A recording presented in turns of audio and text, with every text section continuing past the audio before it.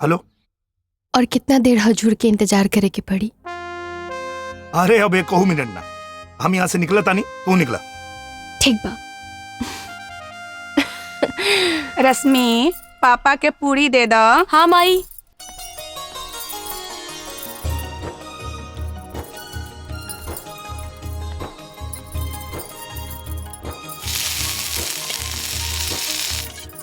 पापा पूरी। रहे दे बेटा, बहुत ज्यादा खा ले बानी, पेट भर गइल बा। ला ला ला ला ए सुमन, कहाँ जाता रू? टोकल जरूरी रहे। जब माँ बनबू ना तब समझ में आई का जरूरी बा, काहे के जरूरी बा। जरूरी काम से जाते नहीं, जल्दी वापस आ जाए। बाय।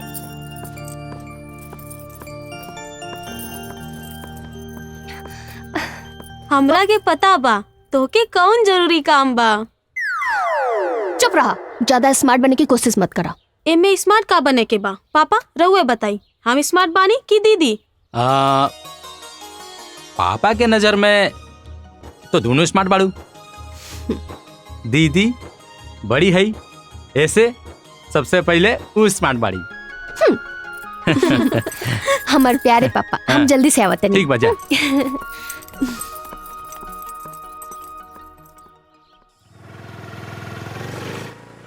देखा देखा भाई, का गजब के लड़की आवती है भाई। ए भाई, काल लड़की भी अरे देख के दिल मस्त हो गई बा। का विचार बा? सही कहा तारा भाई। अरे इधर रुक गई।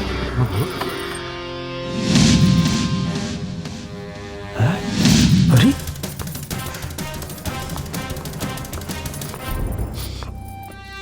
का बोले? कुछ ना, हम तो ईसवन के कहत रहनी है। तू कुछ तो बोलत रहले। तू बोले कि एकदम तैयार हो गल बड़ी, बिल्कुल खाए लायक। ते हम की खाइबे? इतना दम्बा कमर में। ससुरा ज्यादा गर्मी चढ़ गल बा। और तू लोग भी सुन ले, हमू लईकी ना हई जे नजर झुका के चलो। वो भी तोहनी जैसन लफंगा लोगन की वजह से। होली के मतलब का होला? बदतमीजी, गाली गलौज, हमके कोनो दिक्कत नहीं है। तू खा पिया, लेकिन आइंदा से जे भी कमेंट करी तो धर के हई थुथु फोड़ दे। कुकुर कहीं का। हट।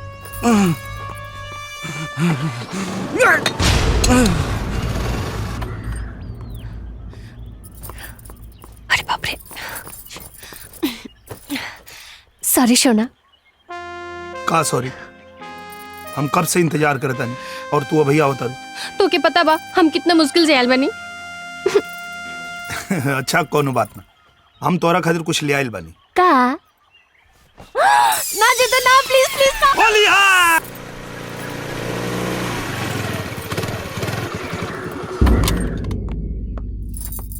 हम तोहरा से परेशान हो गई बनी। भगवान करे तोहार बियाह हो जाओ। का भइल माई? लइका लोग लइकी के देख के उल्टा पलटा बात करे ले, कोनो नया बात नहीं खे। तुझे कैलू हा वो ठीक नहीं खे। बस यह बात से, यह बात घर के लोग लड़की के कमजोर और मजबूर बना देवेला। लड़का के तो हर तरफ से सपोर्ट मिलेला, तो फिर लड़की के काहे ना मिलेला? हर बात पे लड़की के रोक टोक लगेला। ये मत करा, वो मत करा, यहाँ मत जा, वहाँ मत जा। आखिर लड़का लड़की में अंतर कौन बात के बा? इहे अंतर बा, लाज शरम लड़की के जेवर होला और गुंडागर्दी लड़कन के शान। हम ना मानी ले सब। लड़की लड़का से कहीं से भी कम नहीं खे। हम ओकरा के बहुत कम मानी है। होली रहल यही से छोड़ देनी। दोबारा हमके मिली ना तो इतना मारब कि मारत मारत हॉस्पिटल तक ले जाए। हम केहू से डरे वाला नहीं छी। वाह वाह बेटी, बहुत बढ़िया। आज तहारी बात सुन के हमार टेंशन कम हो गई। हमरा हमेशा लागत रहे कि सुमन और सुरभि के कोनो भाई नहीं खे। लड़की बाड़ी, कोनो मुसीबत आई तो अपन रक्षा कैसे करी है। लेकिन आज विश्वास हो गई कि हमार सुमन बेटा से बढ़ के बाड़ी। जब गांव के लोग बतौलस कि हमार सुमन उ लखेरा के मार्त मार्त सबक सिखा देली तो हमरा के बहुत खुशी भाई। लागल की बेटी बेटा से कम नहीं खे। हाँ हाँ, बढ़ावत रही बेटी के मन। ऐसे ही पूरा जवार में नाम हो जाई तब बेटी के शादी खातिर जूता घसीटत रहम।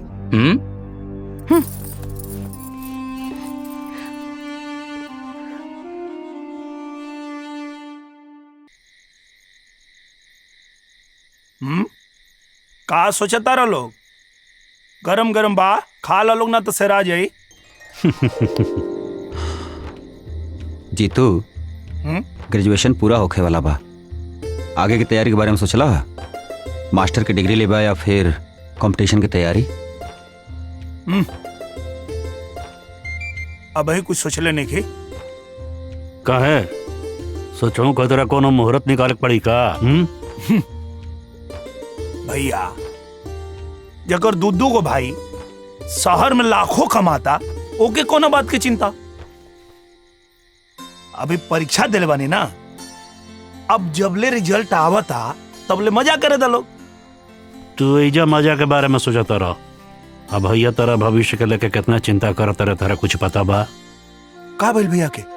अभी तो कुछ भइल नहीं खे, लेकिन तू अपन जिम्मेदारी ना समझ पाना तो उनके शुगर और ब्लड प्रेशर जरूर हो जाई।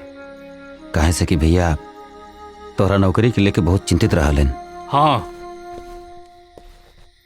हमरा के जितेंद्रा के नौकरी के लेके चिंता बा, पर हमरा के अपने भाई पे पूरा भरोसा बा। ये भी एक दिन तू लोग जैसन समाज में हमार सर गर्व से ऊंचा करी। जौना दिन एकर नौकरी लागी ना, बाबूजी के सपना पूरा हो जाए। का हो? हाँ भैया, ला यही बात पखा ला। लावा। हाँ छोटे चाचू, हाँ तारा के मम्मी बुला रहल बड़ी। अच्छा भैया, हम आवतन भैया। चल चला। देखिए, ग्रेजुएशन अगर पूरा हो गई बा, लेकिन अबहिन भी ये अपने आप के बच्चा ही समझेला। हमरा तो यह ना समझ में आवेला कि अपन जिम्मेदारी कब समझे। भैया, आपके लाड प्यार ना एकरा के बिगाड़ के रख देले बा। प्यार आदमी के बिगाड़ेला ना, प्यार और दुलार में बिगड़ल आदमी भी संवर जाला।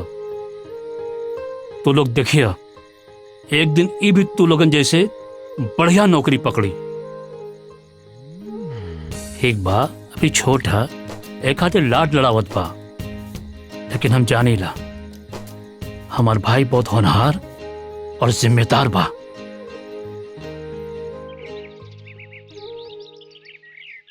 भैया, मेरी होली में गांव में आके बड़ा मजा आई। अगर सरकारी नौकरी के मजबूरी ना रहती तो 2-3 दिन और ही रहती। का हो भैया? बिल्कुल सही। कोनो बात नहीं, तू लोग त्योहार पे आ गए, बहुत अच्छा लागल। ऐसे त्योहारे आ जाल करा तू लोग। जरूर भैया, जरूर। चला, ये सामान उठावा और गाड़ी में रख दो। अच्छा। ए कृष्णा, भैया आई पकड़, सामान पकड़, सामान उठा के गाड़ी में रख। हम भौजाई को उठा के गाड़ी में रखा।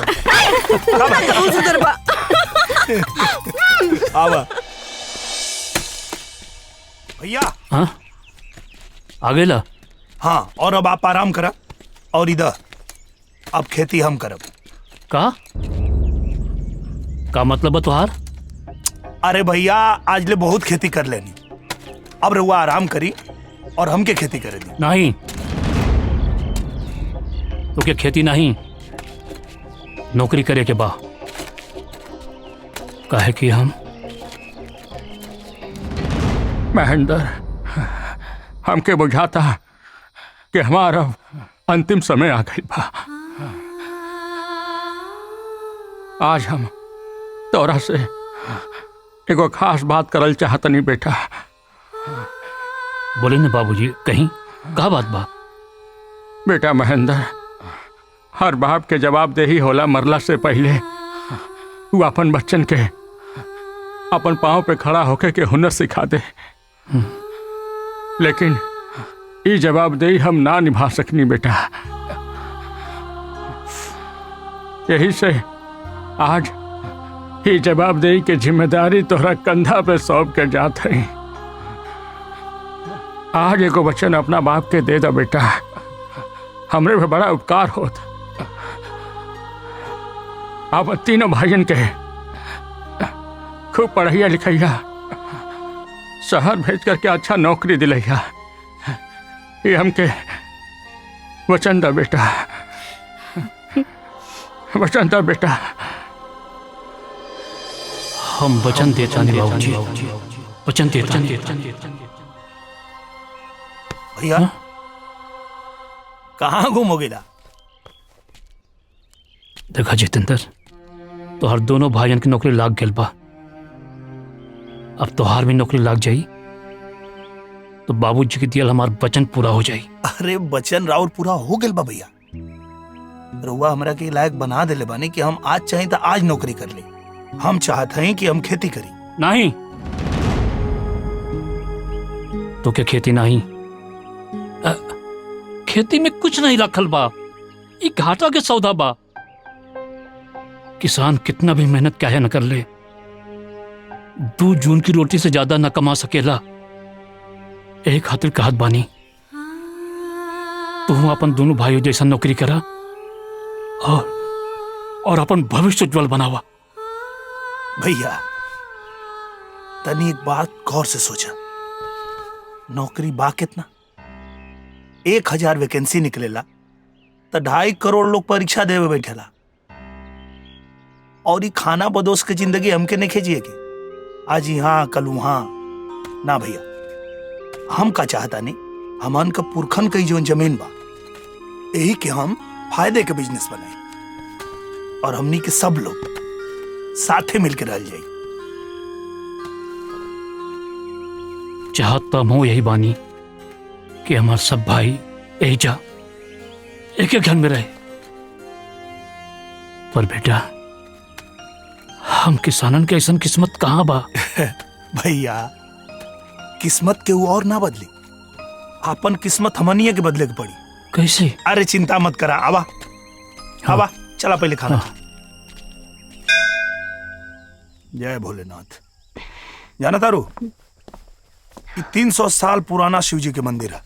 अरे कुछ दिन पहले तक तो एकदम जीर्ण शीर्ण अवस्था में रहे, लेकिन प्रधान जी के देन है, देखा आज कितना बढ़िया बन गए बाकुल। अच्छा फिर मिले के, चलो बाय। का बाय? चलो शहर घूम के आई। अच्छा शहर घूमे के मन बा? ठीक बा, चल अब पीछे सरका। काहे पीछे बैठे में लाज लगता? अरे वो बात नहीं खे, मतलब लोग का कही। अरे पागल, लोग लिहाज के चक्कर में रहबा ना तो जिंदगी के असली मजा भूल जाएबा। वैसे भी लोग के का काम बा, ताना देवे के अलावा और कुछ थोड़ी ना आवेला। कुछ ना कुछ तो बोलते रहिए। चला पीछे बैठा बैठा। अरे ढेर लाज लगता तो हाइलर दुपट्टा अब मुंह पर बांध ला, अब पीछे बैठ जा, केहू न पहचान। चला बैठा। अरे गजब हाल बा भाई। अच्छा गिरेबू ना ना? ना सुना, ठीक से पकड़ के बैठिया, ऐसा ना हो कि तू बीच रास्ते में कहीं उलट जाएबा, हम तो के शहर जाके खोजत रही। चलो।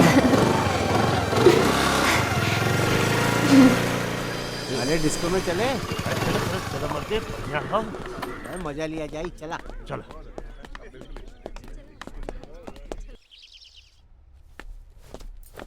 अरे भौजी नमस्ते। आप बहुत अच्छा खेलू है, बहुत जोर से भूख लागल रहे। अब 1 मिनट, उठा ओइजा बैठा। काहे?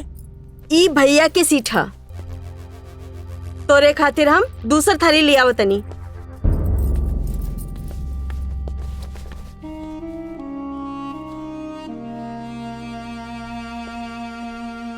अरे जितेंद्र। हाँ भैया नमस्ते। कब आइला? अभी आई नहीं भैया। भैया हम डिसाइड कर लेनी, अब हम खेती करब। बेवकूफी के बात मत सोचा जितेंद्र, खेती किसानी में कुछ नहीं रखल, पढ़ा लिखल बड़ा, कोनो नौकरी कला। भैया अरे 2 भाई आप लोग नौकरी करता नहीं ना, और बड़का भैया के भी तो क्यों साथ दे वाला चाहिए। हम भैया के साथ मिलके खेती करब और भैया भी तैयार हो गए बानी। भैया आप खाली एगो मदद कर दी। का चाहता रहा हमरा से? भैया वो कहा ना कि अब सरकार एगो योजना में अपने खेत में तालाब खुदवावे खातिर 52,500 रुपया देते, और हमान के खाली 52,500 लगावे के बाद अपने खेत में तालाब बन जाई, और हमने के खाली 52,500 रुपया लगावे के बाद, और ओकरा बाद हम में मछली पालन करब, ओहू से पैसा आई। और तो और भैया भौजी के एगो समूह बनवा दिले, और उनमें 15 लाख के इक्विपमेंट्स 12 लाख सरकार देतिया। और समूह के खाली 3 लाख देवे के बा। एक मिनट जरा सुनी।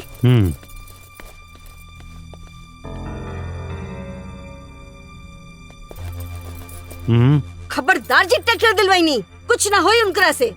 और लोन के पैसा आपके ही चुकाए के पड़ी। अब ही नहीं समझा दी, जाइए जैसे। अरे जाइए।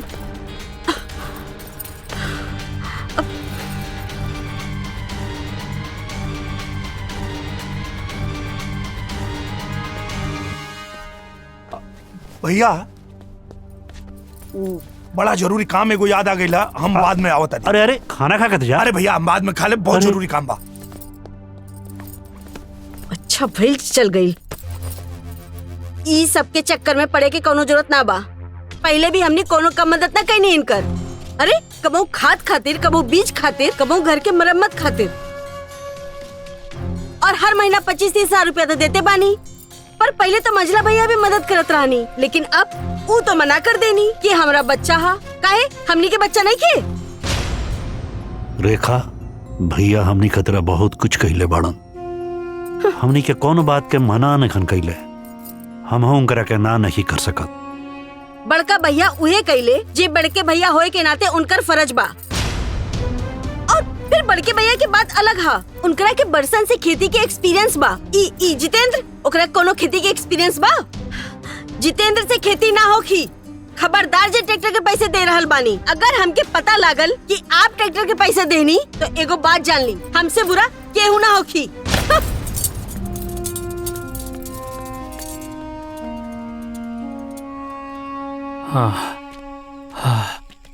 महेंद्र भैया गजब हो गई। का भइल? राम असीर भैया फांसी लगा लेलन। का? हाँ भैया। चलो। हाँ। बाबूजी हो बाबूजी। बाबूजी।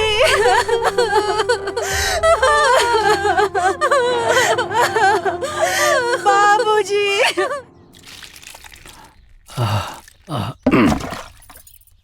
द ले।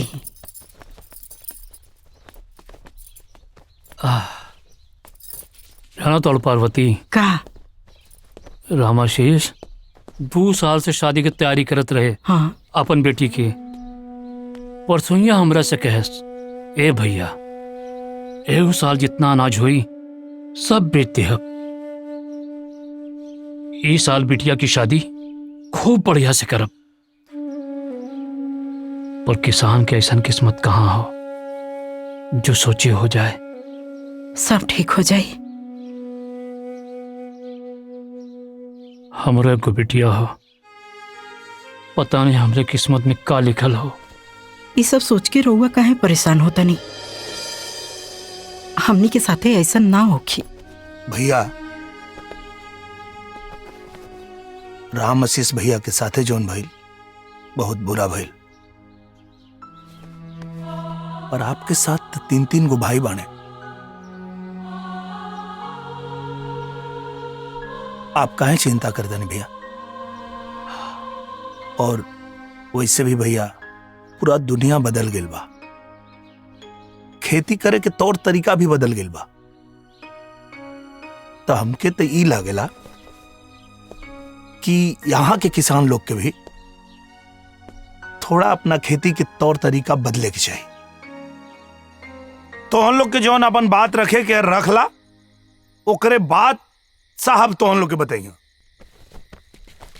जितेंद्र भैया आप तो बाहर से पढ़ाई करके आयल बानी और देश दुनिया के आधुनिक यंत्र के बारे में हमन गांव वाले के कुछ पता नहीं खे। ठीक बा, आप अगर कहतानी तो एक बार आपो के बात मान लेतानी, कइल जाई।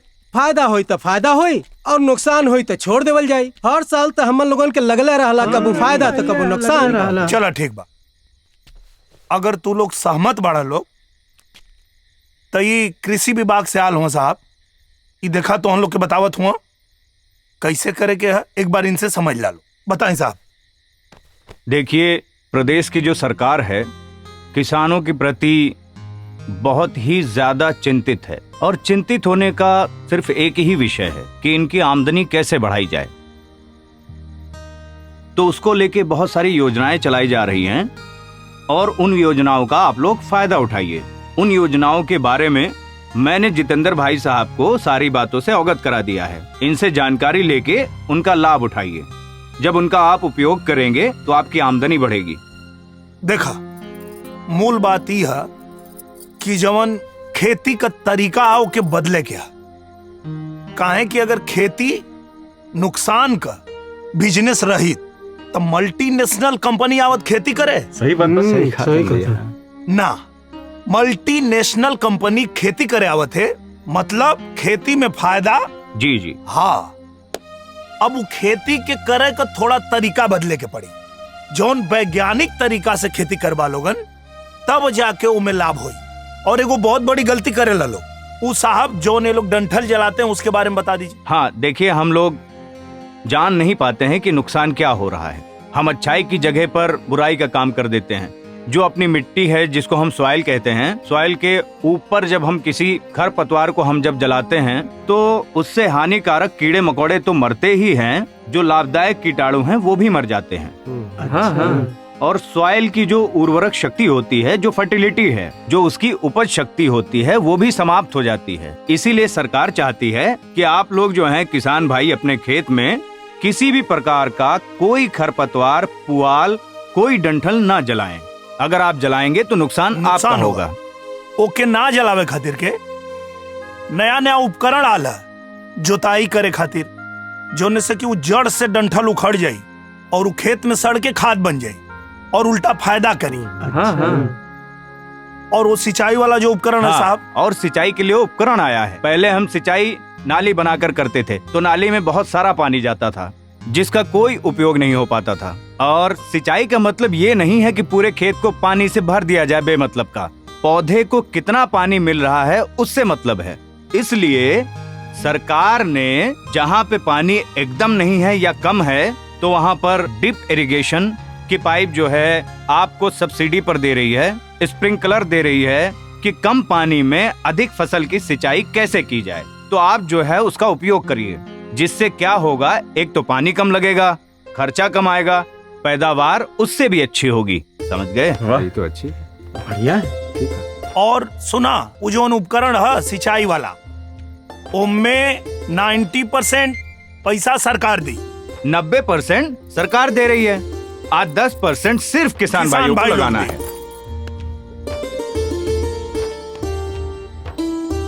तो बाकी सब हम साहब से समझ ले लें। अब तो हम लोग निश्चिंत हो जा। अब हम जैसे कहत हैं वैसे खेती शुरू करा लो, जिससे कम लागत में अधिक पैदावार मिलेगी। वाह वाह साहब, बहुत धन्यवाद, बहुत धन्यवाद। महेंद्र, ए महेंद्र, महेंद्र। अरे मामा जी, अरे पाँव ना छुए के। अच्छा, खुश रहा, खुश रहा। आई बैठी, आई बैठी। बैठी मामा जी।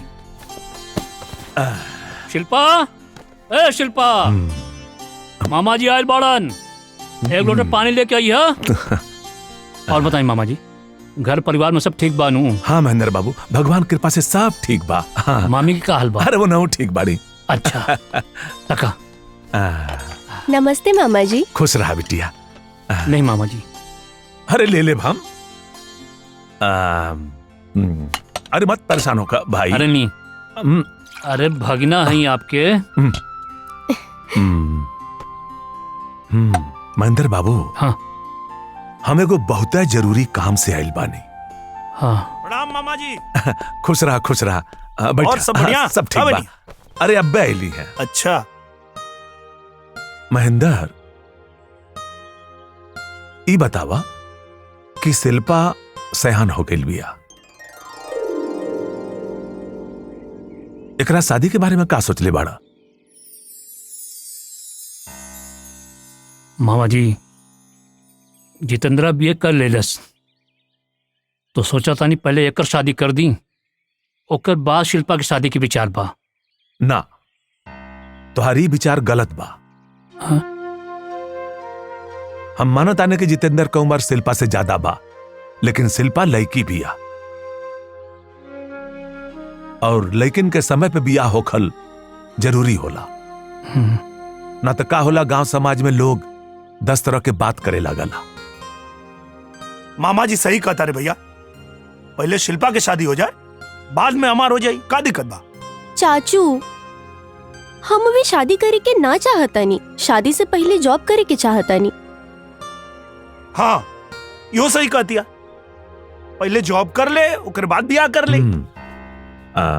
शिल्पा बिटिया एक काम कर, तू अंदर जा।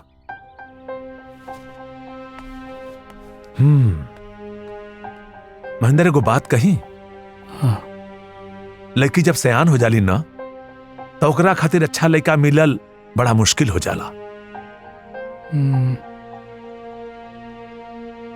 अब फिर हमनी के समाज में लड़की के जॉब से ज्यादा शादी जरूरी होखेला। लेकिन मामा जी जितेंद्र, तोरा के गांव समाज के बारे में ज्यादा जानकारी नहीं खे। मामा जी ठीक कहत बाड़े, तू एगो काम करा, भाभी जी से बोल के नाश्ता लेके आवा। जा जा। जी ठीक बा, ठीक है मामा जी।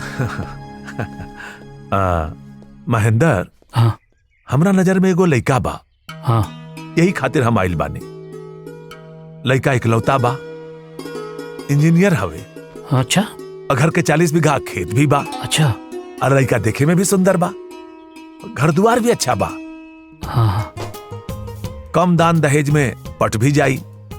हम तो ये कहब कि चल के देख ला, अगर मामला जम जाई तो चट मंगनी पट बिया कह के गंगा नहा ला। हम कल आपके साथ लड़का देखे चलब। तो ठीक बा। हाँ।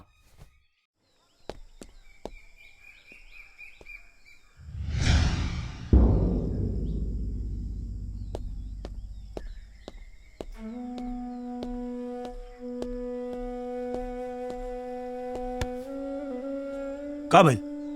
चाचू हम अभी शादी ना करब, शादी से पहले अपना पाँव पे खड़ा होके के चाहतानी। प्लीज चाचू शादी रुकवा दी। अरे मैं परेशान होके का बात बा, हम बात करब ना भैया से। पागल, चल।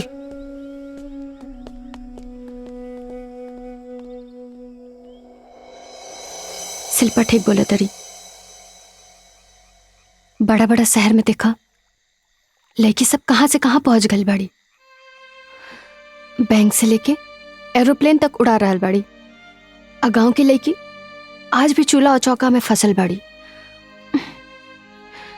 लड़का आ लड़की में जब लड़की के घर वाला ही लड़की में इतना फर्क करी तो लड़की के ओकर ससुराल वाला लड़की के संगे पराया व्यवहार काहे ना करी। हम शिल्पा के साथ बने, ओकरा पहले नौकरी करे के चाहिए।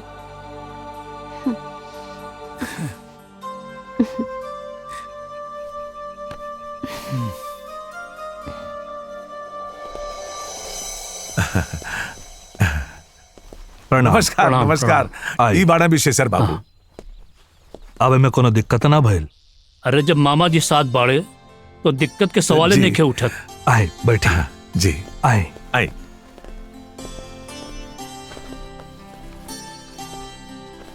नहीं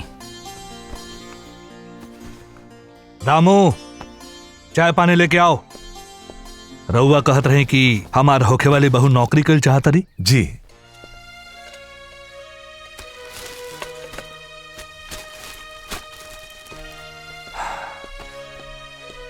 बहू नौकरी कर चाहत रही, हमारा कोनो एतराज नहीं खे। अगर पति चाहता कि पत्नी नौकरी करे तो करे। जी। हमरा एकरा से का मतलब, ई कुल बेटा बहू समझे। रउआ ई बताई कि शादी के बजट कितना बा? देखी, रउआ घरे शादी के रिश्ता लेके आइल बानी तो कुछ सोची विचार के आइल होखो। तब तो ठीक बा, शादी के बाद आगे बढ़ा सकेनी। जी। बाबू साहब, आजकल के लड़कियन के घर वालन के सोचना बिल्कुल बदल गई बा। वो लोग सोचेला कि लड़की के बीए में करा देनी तो दहेज देवे के कौन जरूरत। लड़का भी पढ़ल, लड़की भी पढ़ल, दोनों परिवार मिलके उन लोग के शादी के खर्च उठा ली ही। लेकिन हम ऐसा ना करब। हम कड़क नोट के गड्डी गिनवाए, कहे से कि लड़का लड़का होला और लड़की लड़की। कौनो भी जन्म में लड़का लड़की के बराबरी ना हो सकेला। हम का कहत हई समझत बानी ना? जी हाँ, सब समझ में आ रहा बा। देखी, इस सब का आप चिंता छोड़ दे। ई भले किसान बाड़ा, गांव में रहेलन, लेकिन इनकर 2 भाई नौकरी में बाड़े। तो जौन मार्केट रेट चल रहा बा वो सब दिहल जाइए आपके। रवैया बताई कि लड़की देखे खातिर कब आई? लियो लियो लियो। अरे बेटी के घरे का पानी ना पियल जाला, डहरी में तो पानी पियल जाला, पर कंजूस मामा ना कुछ खियले हुई है ना पियले हुई है। क्या हो गई? काम की बात सुना। अच्छा अच्छा। परसों लड़का के बाबू शिल्पा के देखे आ रहल बाड़न। रहुआ बढ़िया से देखनी है ना, काहे कि बाबू आजकल तोहरा पता बा ना कि शादी ब्याह में लड़का देखे में बड़ा धोखा हो रहल बा। अरे लड़का कुछ और करता, बतावल कुछ और जाता। लड़का वाले मामा जी की पहचान के बाड़न। अच्छा। हम छानबीन कर ले बानी। अच्छा। ई देखा लड़का की फोटो। अरे वाह, फोटोआ में तो बड़ा सुंदर दिखा था। बहुत अच्छा बानू, बहुत बढ़िया बा। बहुत बढ़िया। शिल्पा केने बाड़ी? अब भीतरे बा पढ़त हुई। शिल्पा, ए शिल्पा, यहाँ आवा। आओ आओ, भाग क्या आओ। ई देख, भैया तोरा खातिर लड़का देख के आइल बाने। शिल्पा, तो के कौनो बात की चिंता करे के जरूरत नहीं खे। लड़का वाले तोरे नौकरी के खिलाफ नहीं खन। तुझे चाहता रू ना वही हुई। मतलब लड़का वाला समझदार बाने। वाह, बहुत अच्छा। और दान दहेज के सब बात कर लेनी है ना? ज्यादा नहीं खे, औकाते भर बा। मतलब दहेज भी लिया सब? बिना दहेज के शादी क्या कराता? एसपी, डीएम, जज सब बिना दहेज के शादी नहीं क्या करत। जो समाज के दस्तूर बना वो तो निभाए के पड़ी। बाकी हमके दहेज की चिंता करे के जरूरत नहीं खे। हमारे दोनों भाई पैसा के इंतजाम करे से पीछे ना हटिए। वो दोनों तो हमसे कितना बार कहलन, ए भैया शिल्पा की शादी की चिंता करे की जरूरत नहीं खे। हम कल सुरेंद्र और राजेंद्र के पास जाता नहीं। ऐसे क्या करे के हुई हो जाके सब समझता नहीं।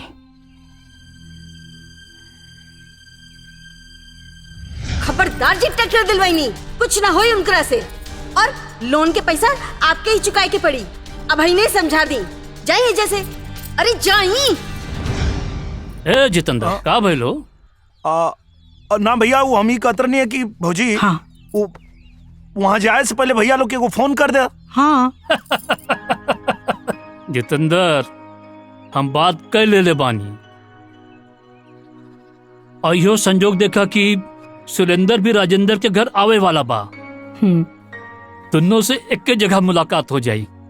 कम से कम फोन करके ही तो बता दा कि बहनी की शादी तय हो गई। पागल बड़ा हैं? ये सब बात फोन पे कर जाला हैं? हम जाता नहीं ना, हम सब बतिया ले। ठीक बानू, तू चिंता काहे करत बड़ा?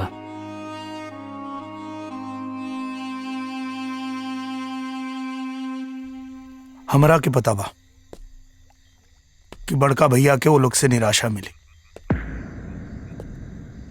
टेंशन ही बात के बाकी है कि भैया वो सदमा के बर्दाश्त कैसे करिए। पहले हमारे भाई लोग ऐसा ना रहे, हम सब भाइयन में बहुत प्यार रहे, पर शादी के बाद वो लोग इतना कैसे बदल गए समझे में ना आई। सुमन, औरत के स्वभाव ऐसा काहे होला? भाई भाई के बीच के प्रेम के खत्म काहे कर देवेली? बड़का भैया हमारा खातिर भगवान जैसन बना। हम उनकर अपमान और आंख में आंसू बर्दाश्त ना कर पाए। जीतू, हर औरत एक स्वभाव के ना होली।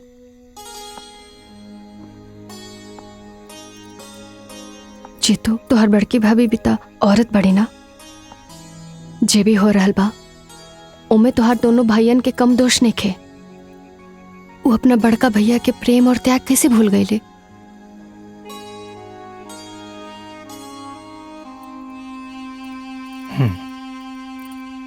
दीदी बड़का भैया खुदे आइल बड़े, मतलब ई हा कि गांव के कोनो न कोनो प्रॉब्लम लेके आइल हुई है। अरे घर के दीवार भी टूट गइल बा और कम से कम 1 लाख रुपया खर्चा लागी और खाद भी लेवे के बा।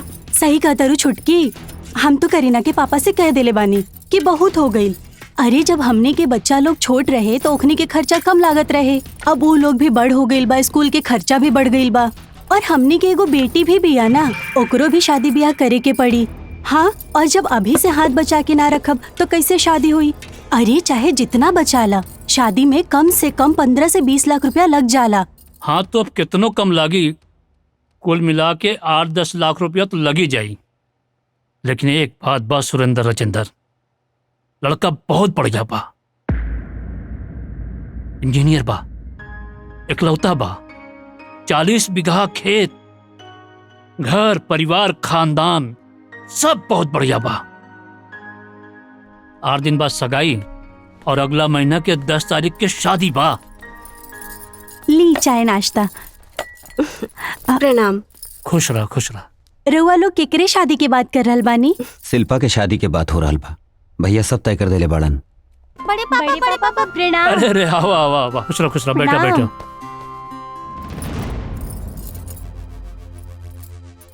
एक मिनट सुनी, तनी अंदर आई ना।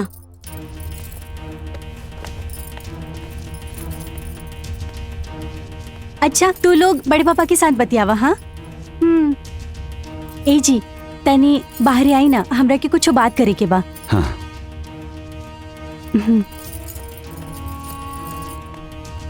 भैया आप चाय पिया, हम आवता नहीं। देखा हम तो लोग खातिर का लाल बानी, ई देखा ई तोहरे खातिर आई, तोहरे खातिर। पढ़ाई लिखाई ठीक चलत बानू? हाँ बड़े पापा। जा जा जा जा पढ़ाई करा जा। इतना दहेज दे के शादी कई जरूरी बा? बोली का बोली भैया, ये शादी फिक्स करे से पहले हमरा से पूछ रहा का? हमनी के दोनों भाई के अभी पता चलता। अरे तो अब पता चल गई ना, जरूर वो दहेज खातिर पैसा मांगे आयल हुई है। हम दोनों जना से कह देता नहीं कि एक को पैसा देवे के कोनो जरूरत नहीं खे। सारा खेत तो उन्हीं की जिम्मे बा। 25 से 30 साल हो गए खेती कर रहल बानी, हमनी तो 100 रुपया भी नहीं खी जानत। अरे छोटकी, सब पैसा वो जमा करके अपने पास रखले हुई हैं। वो झुट्ठो हमने के लागे आ गई पैसा मांगे खातिर। भैया रेखा अभाभी ठीक कहता लो, आखिर शादी के पैसा के हम इंतजाम कहाँ से करे? हमरो तो बच्चा बड़ा साल पढ़ाए के बाद लिखाए के बाद शादी करे के बाद हम ये शादी में 15-20 हजार से ज्यादा ना दे पाए। बाकी रोरा अपन सोच ली। तोहरा का लागत? हमरा लगे पैसा के बरसात होता। हमरो एगो बेटी भी है, धीरे धीरे वो सयान होतिया। ओकरा शादी ब्याह के लेके हम खुद बहुत चिंता में रहता नहीं।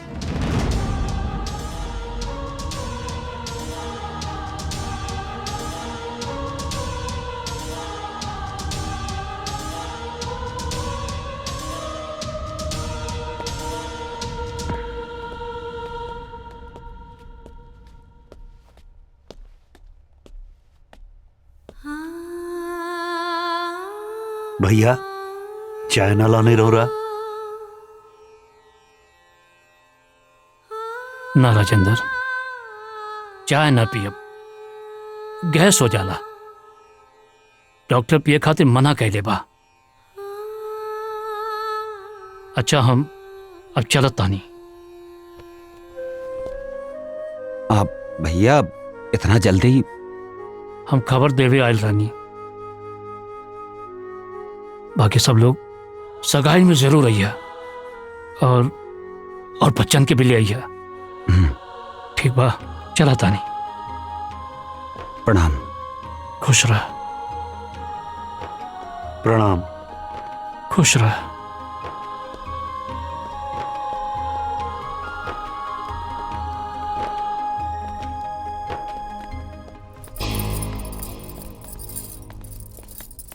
का भइल जी?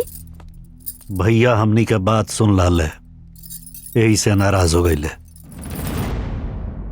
ठीक भइल जे सुन लेनी, हमनी के मना तो ना करे के पड़ल। अरे इतना साल से खेती बाड़ी कर रहल बाड़े, खूब पैसा बचा के रखले हुई है। सुनी, छुटकी एकदम सही कहतिया।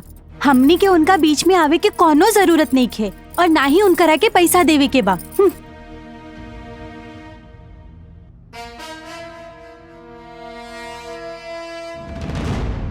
राम स्वरूप भैया, हाँ बिना स्त्री के घर घर ना होला। हाँ हमार बात मानी, महेंद्र के बियाह करवा दी।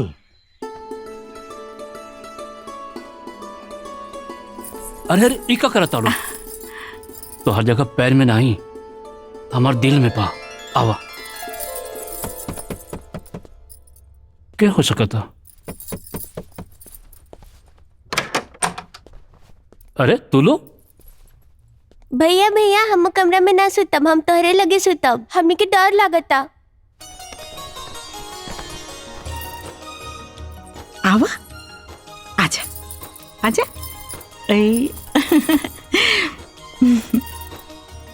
पार्वती, आज हम तुझसे को वचन चाहता नहीं। बोली।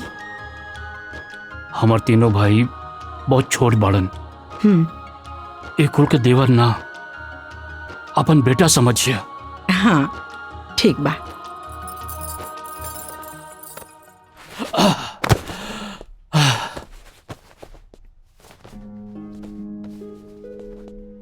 सेठ जी, इतना कम कीमत पे हम अनाज एक खातिर देनी है कि परसों हमको अपने भाई के पैसा भेजे क्या हो।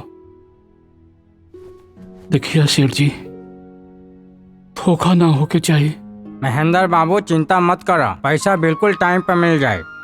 ठीक बा, चलो तानी। पार्वती, ये देखा, हमार कुर्ता पीठ पे से चसक गइल बा, एकरा के तनी सीधा। ये कुर्तवा कितना पुरान हो गई, दूसर काहे नहीं ले लेत? तू तो जाने लू, हमरा के सुरेंद्र राजेंद्र के अच्छा से पढ़ावे के बा। एक बार हमार तीनों भाई पढ़ लिख के नौकरी पे लग जाई तो हमार तपस्या पूरी हो जाई। हाँ। ओकरा बाद हम कुर्ता ना, सूट पहनब, सूट, और गाना गाई, साला मैं तो साहब बन गया। भैया, भाभी, भैया। सुरेंद्र, भाभी। अरे नीचे तो उतार, नीचे उतार। भैया, हमरा के आशीर्वाद दी। खुश रहा, खुश रहा। खुश रहा बाबू। भैया, आप लोगन के आशीर्वाद से हमरा के सरकारी नौकरी मिल गई। हाँ। अरे वाह, खुश रहा हमार बाबू। हमार मेहनत सफल कर दिला तू। हमनी के तपस्या सफल हो गई हमार बाबू। ए चाचा, कहाँ खोल बड़ा? द्वार गांव आ गई। अपन गांव आएंगे पास।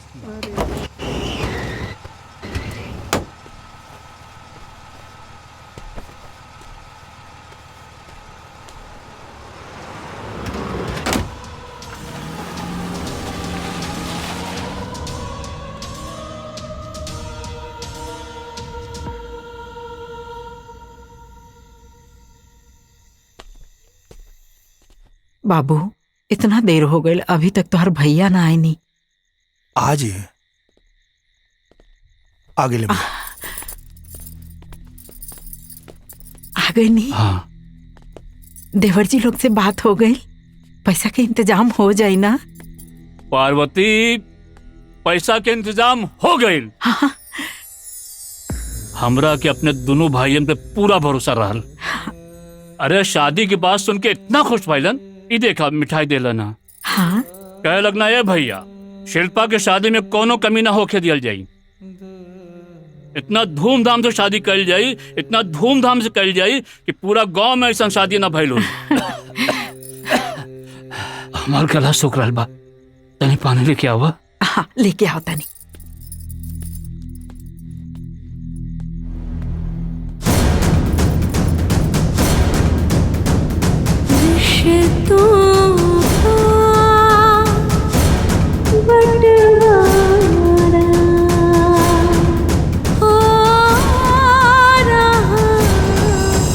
रिश्तों का बट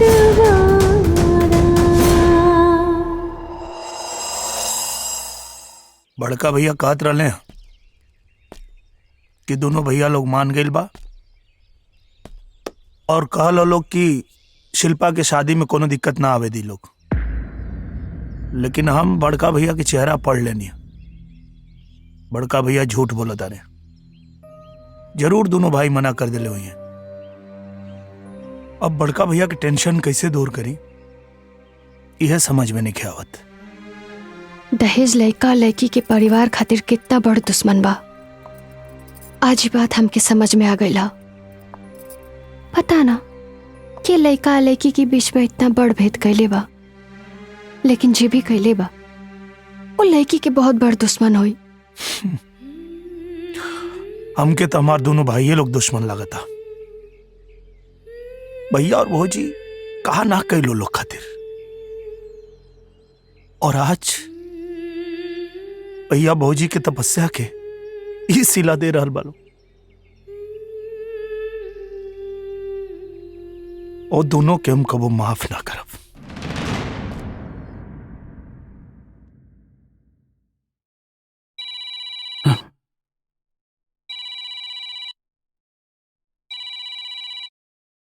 हेलो महेंद्र जी, रउआ आज पैसा लेके आवा वाला रहनी, कहाँ पहुंचल बानी? हम और इंतजार करता नहीं। विशेषर बाबू, हमके 2-4 दिन की मोहलत और दे दी। हम पैसा के इंतजाम में लगल बानी। पैसा मिलते ही हम रउआ के पास आ जाए। पहला इंस्टॉलमेंट में ही हाल बा, तो आगे का हुई महाराज? देखिए, अगर पार नहीं लागत तो प्रोग्राम कैंसिल कर दी। अभी कोनो जरूरी बा कि सबके दमाद इंजीनियरे होके? अरे बेरोजगार बाड़े, चपरासी बाड़े, उ सब का करी है? हाँ, ऐसा करी रउआ कोनो दूसरा दरवाजा देख ली। ना ना विशेषर बाबू, ऐसा बात ना कहीं। ता कैसन कहीं? का करी हैं? आपके वजह से हम अपन टाइम और अपन रेपुटेशन खराब ना करब। बस हमके एक मौका और दे दी, 2-4 दिन। ठीक बा, लेकिन एक बात कान खोल के सुन ली कि शादी से पहले हमरा के पूरा पैसा मिल जाए के चाहे। पूरा पैसा मिली तभी यहां से बारात उठी। और हाँ, ओ समय अपन इज्जत और प्रतिष्ठा के दुहाई मत देवे लागब, काहे कि हम पैसा कौड़ी के मामले में बहुत सुलझल आदमी बानी। ना ना, ऐसा कुछ ना होई।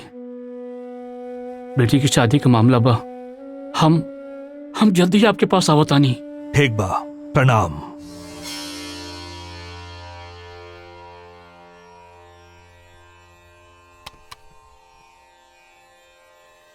रिश्तों का बंटवारा। बाबूजी, हमरा के बहुत भरोसा रहे कि शिल्पा की शादी में दोनों भाई पूरा मदद करिए, लेकिन हम गलत साबित हो गए। नहीं, हम अपन आंख से देखनी है, ये परिवार के पाया में खून लग गई बा। अब एकरा के गिरे से बचावल बहुत मुश्किल बा।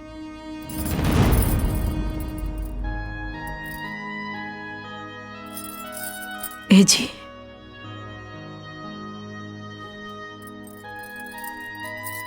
हम राउर सब बात सुन ले बनी।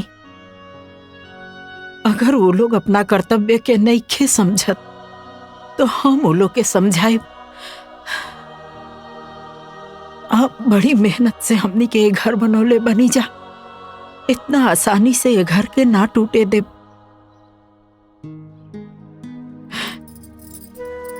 हम वो लोग से बात करो। जब बाल बच्चा अपना फर्ज के भुला जाला ना, तो माँ बाप के कर्तव्य होला ओकरा के सही राह दिखावे के। हम रिश्ता में भौजाई भले लागे नी, बाकी रेगो माई से कम प्यार हम नहीं देले उ लोग के। हमार जाए के इंतजाम कर दी, हम जाए वो लोग के समझावे।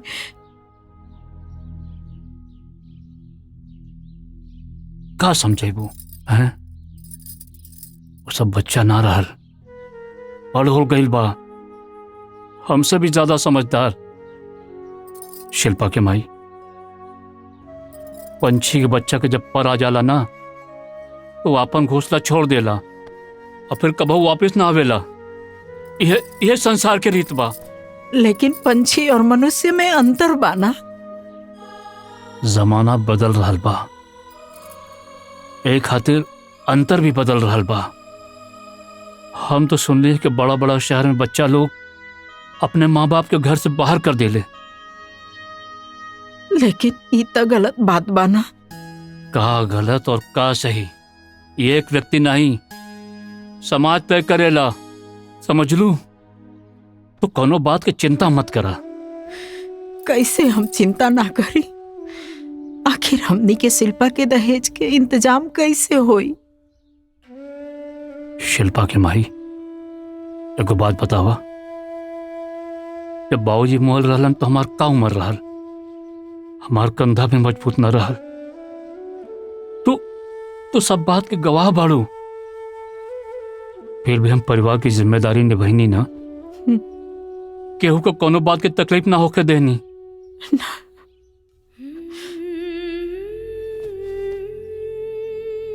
बाबूजी के बोझ तो हम उतार देनी। शिल्पा के ब्याह सिर्फ हमार जिम्मेदारी है। इस देह में अभी बहुत ताकत बा। सब जिम्मेदारी निभा देब हम। तू चिंता मत करा। अरे का अरे बड़का बड़का लोर का है टपका रहल बाड़ू। हाँ, के बचा के रखा। शिल्पा के ब्याह के बाद विदाई में काम आई। अरे माई बाड़ू, ना रहबू तो बराती लोग का कही हैं? रहुआ कौन माटी के बनल बनी? ये तो सही पूछ लो। हम बलवाई नहीं, केवाल माटी के बनल बानी। सुखला पर पत्थर लेखा कठोर। चंदू, जा गिलास पानी लेके आवा। अभी पैसा का इंतजाम करे के बा। जा।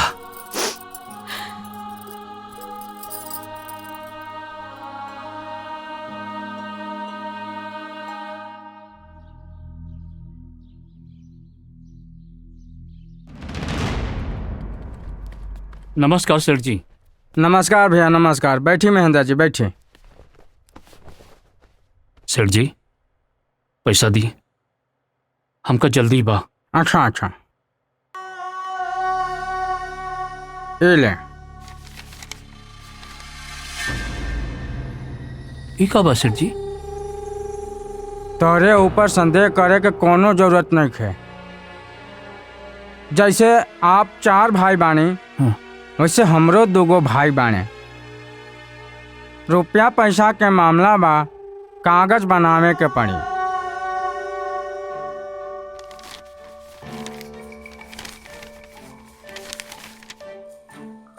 एमे लिखल का बा? एमे लिखल बा 2 बीघा जमीन गिरवी रख के ही पैसा दिहल जा रहल बा। जब आप पैसा वापस करब त ई कागज आपके वापस मिल जाए।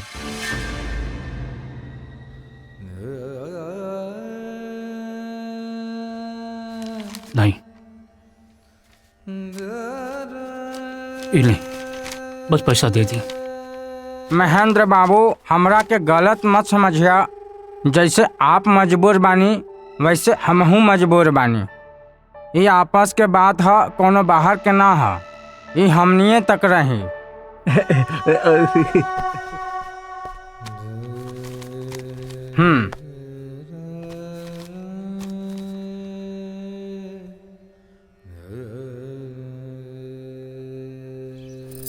शिल्पा, हाँ? चाचा की रोटी लेके आवा। देता नहीं।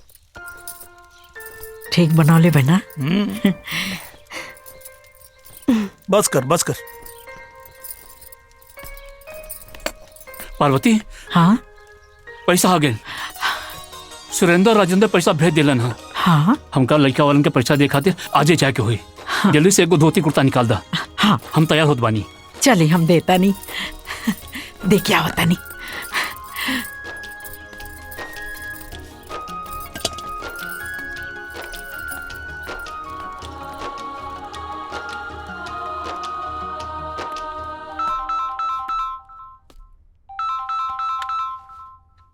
जितेंद्र।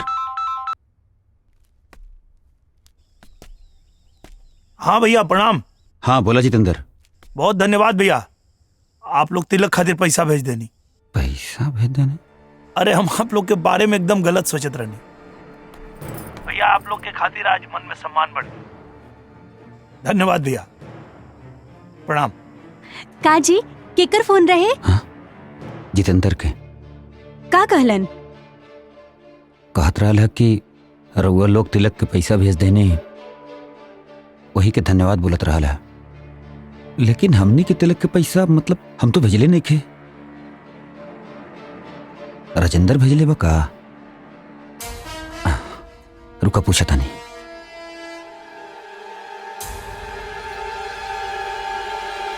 भैया प्रणाम। हाँ खुश रहा राजेंद्र। अरे हम के ना बतावला है और भैया के तू पैसा भेज देला तिलक खातिर का? बड़का भैया के पैसा हम भेज दी। हाँ ना तो जितेंद्र तो बतावत रहा कि तिलक के पैसा आ गए बा और धन्यवाद बोलत रहा का? जितेंद्र कॉलसिया कि बड़का भैया के पैसा हम भेजले बानी। अरे भैया हमारे लगे पैसा कहाँ बाकी हम भेजब। अच्छा ठीक बा, तू चिंता मत करा, हम पता लगाओ था नहीं सच्चाई का बा। ठीक बा भैया।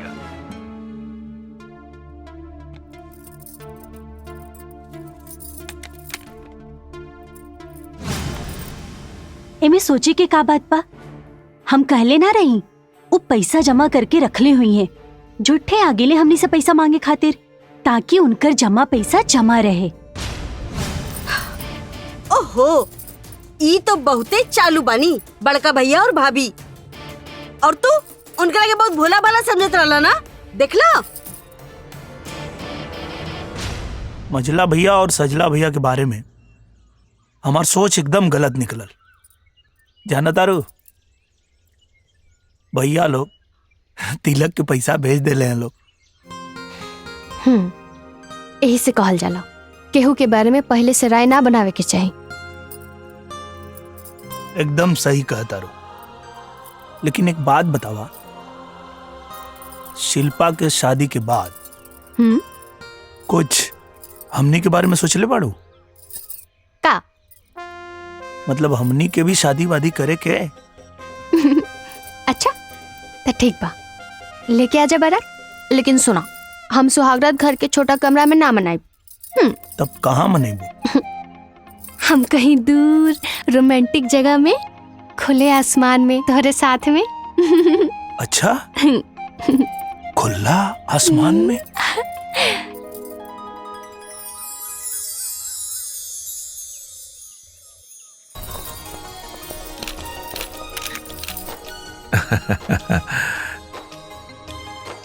जोड़ी निमन लागता।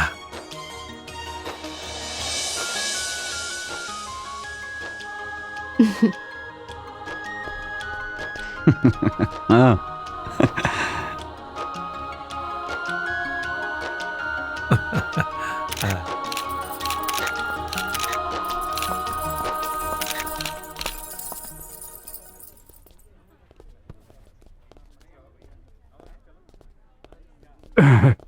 सुरेंद्र भैया, जौन सगाई हो रहल बा ना, वो हमारे बड़का भैया के वजह से हो रहल बा। का? हाँ। का कहता तू? अरे महेंद्र भैया ना हमारे बड़का भैया के लगे आयल रहना।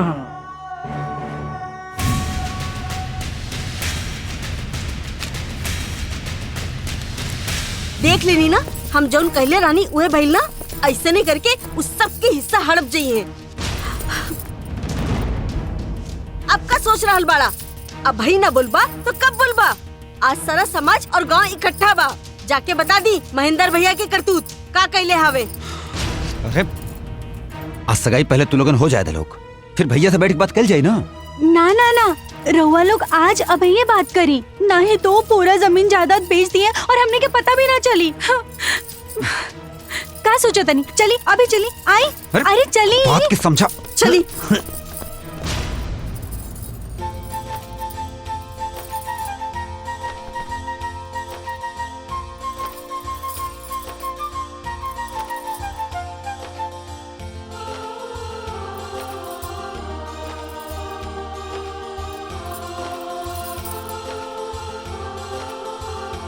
बंद कर अलवानी साहब।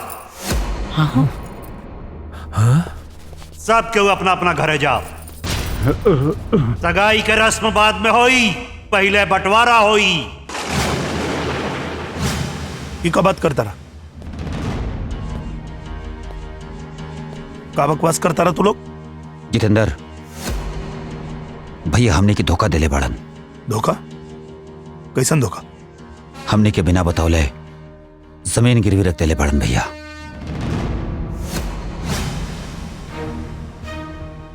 एक 2 कट्ठा ना 2 बीघा। वो तब सेठ के भाई बतौला हमने के, तब मालूम पड़ला। लेकिन पैसा तो तू लोग भेजे रहा ना, हमने कोनो पैसा ना भेजले रहनी जा। वो तो तुम्हार फोन आया तब हमने के मालूम पड़ला। तब जाके हमने के माता ठनकल की भैया के पास इतना पैसा आयल कहां से आओ।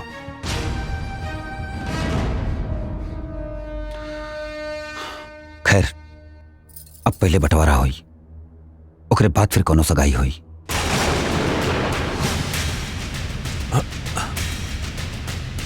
दिमाग खराब हो गया तू लोग के? हाँ? अगर भैया ये कदम उठैले हैं तो तोने लोग की वजह से। अगर तोने लोग पैसा भेजले रहता तो भैया का जरूरत पड़ी खेत गिरवी रखे के? महेंद्र बाबू, ये सब का हो रहा बा?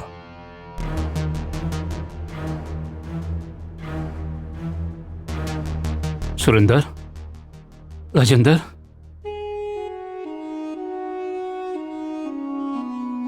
बिटिया की सगाई हो जाएगा।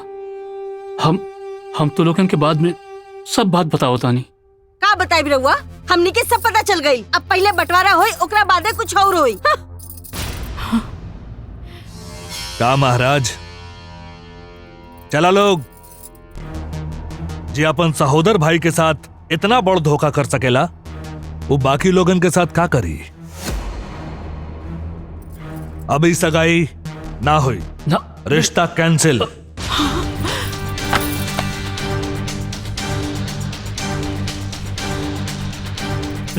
चलो लोग, चल बेटा। लेकिन बाबूजी, आपका भाई रुक जाइए। चल, हमारी बात सुनी, हमारी बात सुनी। मिस्टर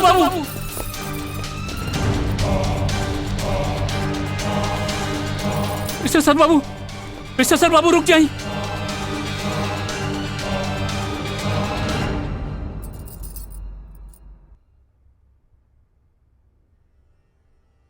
ये सच बा कि हम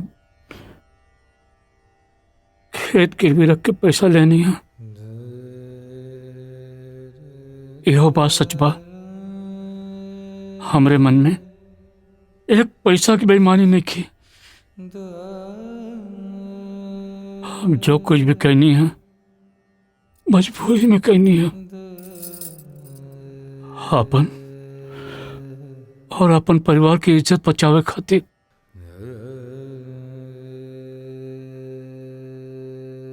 भाई, तू लोग भरोसा रख, हम पैसा देके खेत छुड़ा ले तो इन लोग की इज्जत पे आंच ना हवे दे।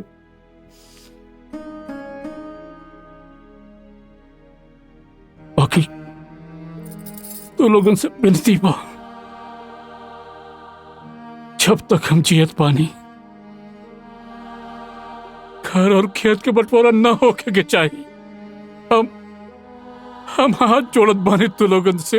अरे ना भैया, रउआ जी गलती केले बानी, ओकरा बाद रउआ बात के कोनो भरोसा नहीं खे। अब बंटवारा तो होके रही। हाँ हाँ, अब बंटवारा होके ही रही, नहीं तो पता चलल कि अचल संपत्ति सब बिक गई बा। हमनी भाईयन के बीच में तू लोग तब मत बोला, तो लोग के बोले कि कोनो अधिकार देखे। काहे ना बोली?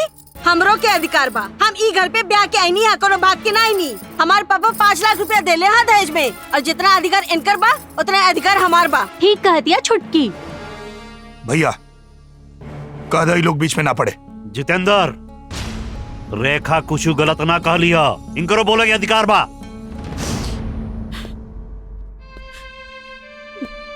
तो इन्हें लोग के का लगा था? भैया जोन कैले वो गलत कैले, भैया जोन भी कैले हैं एकदम सही कैले। अपने हाथ में रहा जितेंद्र। कहा हाथ में रह के बात करी, कहा हाथ में रह के बात करी। हमरा पता ना रहे कि तू दोनों लोग एकनी के गुलाम हो गए वाला लोग। जितेंद्र! सुरेंद्र! छोट हो गए, बड़ भाई से बात करके लिहाज भूल गए बड़ी थे। अरे ये सब का हो तो? हाँ? हमने सामने तो लोग मार पीट करत बाड़ा। अरे हम बाबूजी के वचन देले रहनी कि जब तक जियत बंटवारा ना हो के दे, और हमने सामने तो लोग लड़ाई करत बाड़ा। हम ही बंटवारा ना हो के दे। अरे भैया हो गए, भैया भैया लाओ जल्दी। भैया देख लेनी दीदी, पसार देनी नया नाटक। भैया भैया भैया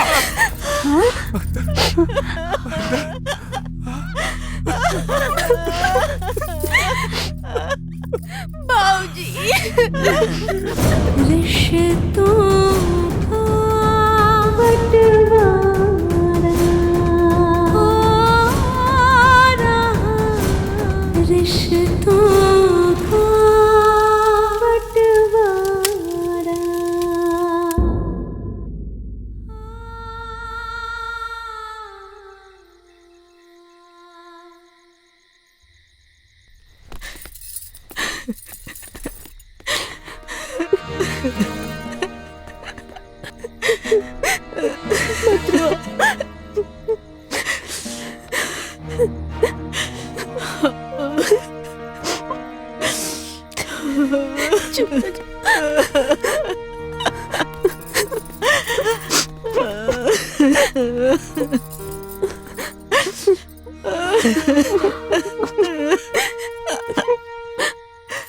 खबरदार, खबरदार, अगर भाभी की छोला था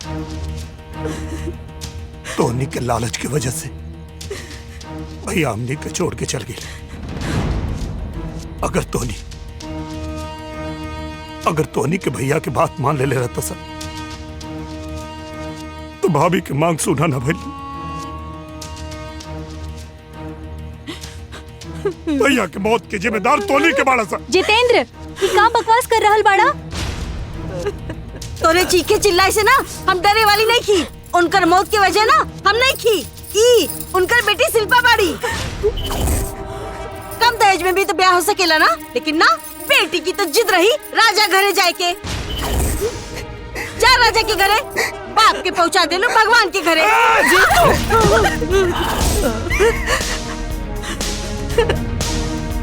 का चाहता तू? का चाहता कि मुआला के बाद उनका आत्मा के शांति ना मिले? काहे हमार जियल मोहाल कैले बड़ा? हे भगवान, का हम गलती कैले रहे भगवान? कौना गलती के तू सजा दे रहल बड़ा?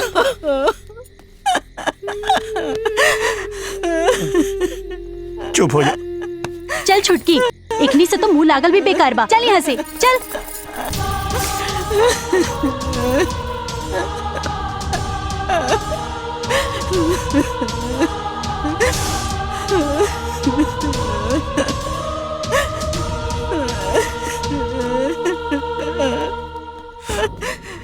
चुप रहा भाजी,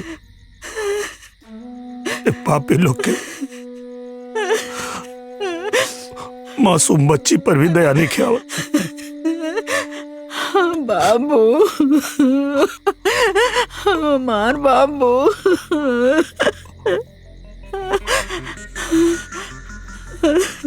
अपने के भाभी तो संभाल अपने आप के। हम उस शिल्पा के देख के होता नहीं, हम शिल्पा के देख के होता नहीं। शिल्पा शिल्पा हट हट छोड़िए हमरा के मर जा। दिमाग खराब हो गई बात। मर जाती चाचू हमरा के। हमरा वजह से हमार बाबूजी हमनी के छोड़ के चल गईले। हम बानी घर के बर्बादी के जिम्मेदार। एक बार भी ना सोच लो भैया हमने के छोड़ के चल गए और अब तू फांसी लगावे चाहता रू। एक कुबर ना सोच लो तू बहूजी के का हाल हो हमें दुनिया के काम मुंह दिखाए। अरे पागल भले भैया ये दुनिया में नहीं खान लेकिन हम अभी जिंदा बानी और जब तक हम जिंदा बानी तो उन्हीं के कोनो चिंता करे की जरूरत नहीं है। अब समझ कि हम ही तुर बाप बानी। चाचू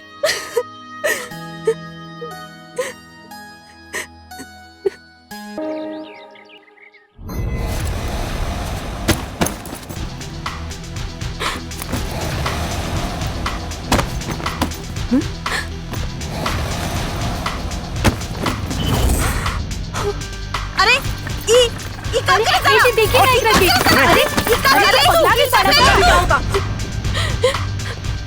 अरे अरे अरे इनका कब डाले रे रे हमनी के सामान काहे फेंकत रे तोर दिमाग खराब हो गइल बा का? दिमाग खराब हो गइल बा। चुपचाप घर से निकल जा लोग ना तो सामान के साथ तोनी लोग के भी उठा के घर से बाहर फेंक दे। ज्यादा ना ढेर गुंडाई मत करा। ये घर तोहार नहीं के समझ ला। अरे बाप के नहीं के निकाले घर से। जितेंद्र अपन मुंह संभाल के बात करा। ए, तोहनी के घर में रहे के लायक नहीं खसा। एक घर के बंटवारा ऐसे होता है काहे कि भैया के लिहाज करत रही और अब एक घर के बंटवारा ना हुई जेकरा में दम हो के वो बंटवारा करके दिखावे। पागल हो गए बड़े कात है। पागल नहीं हो गई पागल पहले नहीं हमरा आंख में पर्दा पड़ल रहे हम क्या लगत रहे भौजाई लोग बाहर से आइल बा अपन पर आए करी तोहनी के सहोदर भाई हो के का कैला सन हैं का कैला जौन भाई अपने खून पसीना के कमाई से तोहनी के पाल पोस के बड़ा कैलस तोहनी के लायक बनौलस वही भाई के बेटी के शादी में पैसा देवे से इनकार कर देला सा तोहनी के घर में रह के लायक नहीं खसा। हमरा माथा पे भूत सवार बा चुपचाप घर से निकल जा लो ना तो अगर आज तोहनी पे हाथ उठावे के पड़ल तब वो हम पीछे ना हटब। जितेंद्र काहे तू ये घर के तमाशा बनैले बड़ा बाबू। एकदम चुप रह भौजी कुछ मत बोला तो के भैया के कसम तोरा खातिर हमरा मन में बहुत इज्जत बा लेकिन एकनी के मन में तोरा पति कोनो इज्जत नहीं के। चुप रहा एकनी के एक घर में रह के लायक नहीं खसा। भौजी इलात के भूत हमेशा बात से समझे वाला ना हमेशा। लाठी कहाँ बा अभी समझावता नहीं लाठी ले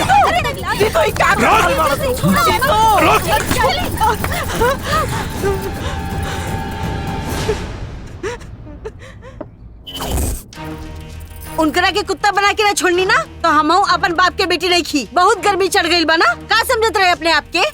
हाँ, ऐसा सबक सिखाई ना कि हमरे आगे पीछे दुम हिलावत रही है। लेकिन छुटके ये कैसे हुई? अरे ओकरे सर पे तो खून सवार बा। हमनी के घर और खेत पे कब्जा कर ली है। हमरे ननिहाल में भी ऐसे ही भाई उनके दोनों भाई मिलके मामा जी के घर द्वार सब कब्जा कर ले और मामा जी के मार के दोनों टंगरी तोड़ के खटिया पे लिटाई के अस्पताल ले गई ले। आज भी छुटकी आज भी 10 साल बाद मामा जी ठीक से खड़ा ना हो सकेले। कहीं हमनियों के साथ ऐसा ना।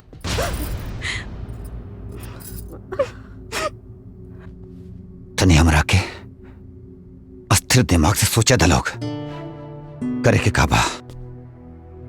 भैया एगो दोस्त हमार वकील बा कहत ओकरा से बात करके देखी का कहेला। बात करा ओकरा से। वकील साहब ऐसा कुछ करी कि सबसे पहले तक खेती पर रोक लग जाए। खेती बंद तो अनाज ना हुई, ऊ लोगन के घर छोड़े के पड़ जाए। तब समझ में आई कि ऊ लोग कितना बड़ गलती कर रहल बा। जैसा आप चाहती हैं वैसा ही होगा।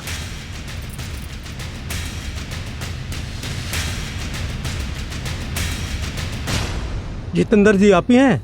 जी। आपके नाम कोर्ट का नोटिस आया है। कोर्ट के नोटिस? ये लीजिए। कौन बात की नोटिस? खुद ही पढ़ लीजिएगा, यहाँ साइन कर दीजिए।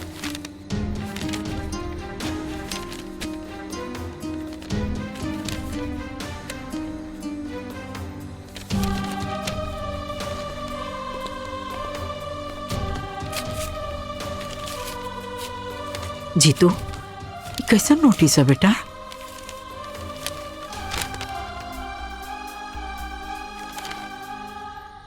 अपन रंग दिखा देलस लोग, खेत पे स्टे ले ले लोग। जबले बंटवारा ना हो जाए तबले हमनी के खेत में कुछ नहीं किया कर सकत। का वो लोग खातिर हम शिल्पा के बाबूजी का ना कहनी जा ओकर इसीला दी हल्लो। चिंता मत कर भौजी, हम बानी ना। चला आवा।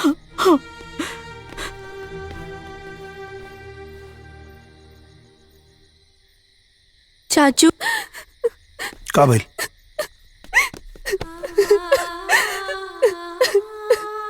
का भाई शिल्पा? चाचू हम बड़ा अभागिन बानी। आज हमरे कारण तू लोग के कोर्ट कचहरी के भी नौबत आ गई। ए पागल सुन, के कल से तो के कि तू अभागिन बाड़ी? तू अभागिन ना, तू बहुत सौभाग्यशाली हो। तो के पता बा, जब तुहार जन्म ना भइल रहे एक घर में खाए भर अनाज ना होत रहे, बाकी जब तुहार जन्म भइल तू लक्ष्मी बन के घर में पैदा भइलो, और ओकरे बाद एक घर में कबो अनाज के कमी ना भइल, और वह अनाज बेच के भैया सबके पढ़ैले और नौकरी धरैले। आज जौन ई घर के दुर्दशा भइल बा, एकर जिम्मेदार तो ना, एकर जिम्मेदार वो लोग बा। तू तो ये घर के लक्ष्मी हो बेटा, लक्ष्मी हो तू।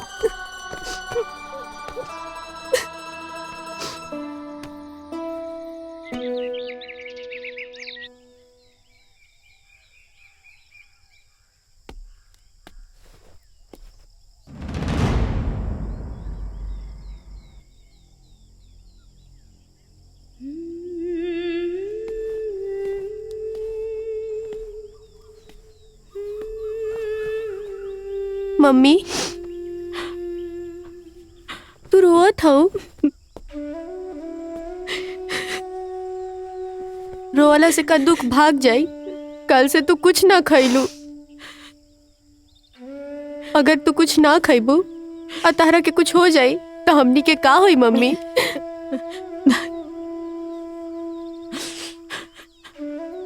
थोड़ा सा खा लो मम्मी। नहीं भूख नहीं के बाबू, थोड़ा सा खा लो मम्मी, भूख नहीं थोड़ा सा खा लो प्लीज। तो खैलू, जब तू ना खैलू तो हम कैसे खा सकेला तोहरे बिना?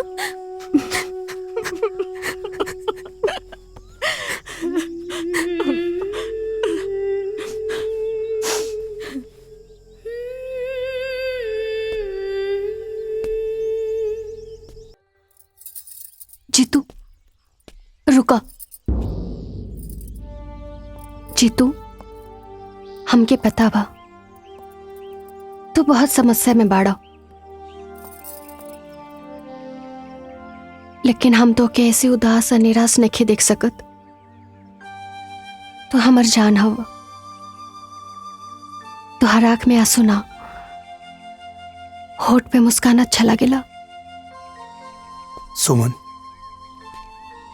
हमार परेशानी तोरे समझ में ना आई, काहे कि हम अपने खातिर परेशान नहीं थे। भौजी की हालत देखल नहीं जात और अब हमरा समझ में नहीं आवत कि हमनी के मुसीबत से कैसे बाहर निकलेगे। जीतू, हम तोहरे मन की पीड़ा समझता नहीं। हमके बतावा, तोहर बड़का भैया की जगह केहू और ना ले सकेला। बाकी इतना भरोसा जरूर दे, हम तोहरे साथ हमेशा खड़ा बनी। अगर मौत भी आ जाए ना तो हम सामने आके खड़ा हो जाए। और वैसे भी कोर्ट की लड़ाई आंसू से ना बुद्धि से लड़ल जाला। यही से अपना आंसू पोछा और संभाला अपने आप के।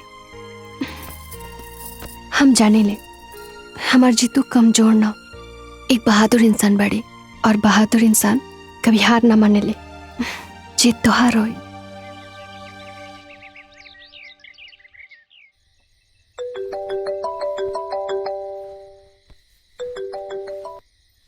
हाँ वकील साहब। जितेंद्र, कल कोर्ट की तारीख है, 11 बजे पहुंच जाना। जी ठीक है, हम 11 बजे पहुंच जाए अपने आला। जी नमस्ते। जीतू, वो लोग के जे चाहे वो देखे तू झगड़ा खत्म कर बाबू। कहे कि घर परिवार के बात ना पुलिस और कोर्ट कचहरी में गई ठीक बात ना होला। बात बहुत आगे बढ़ गई बा भौजी। ओकने के हमार भगवान समान भाई के न जियत जी मान रखला सा, न मोला के बाद। भैया और तुहार खून पसीना सींच के बनावल एक घर के इज्जत के दागदार कर देने सब। हम ओकनी के आगे हार माने वाला नहीं खे। अब जौन फैसला हुई वो न्यायालय में हुई। वो लोग अपना राह से भटक जाइए, अपन धर्म भुला जाइए, तई कोनो जरूरी बा कि हम अपन धर्म भुला जाइए। कौना मिट्टी के बनल बाड़ू भौजी? जे लोग की वजह से तुहार मांग सुनी हो गई, जे लोग की वजह से आज ही घर की इज्जत नीलाम हो गई, वो लोग के प्रति तोरा मन में कोनो गुस्सा नहीं है?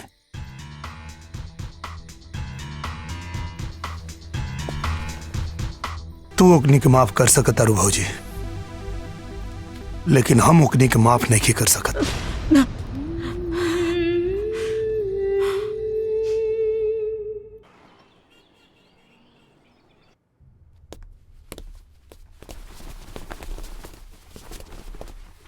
कोर्ट की कार्यवाही शुरू की जाए।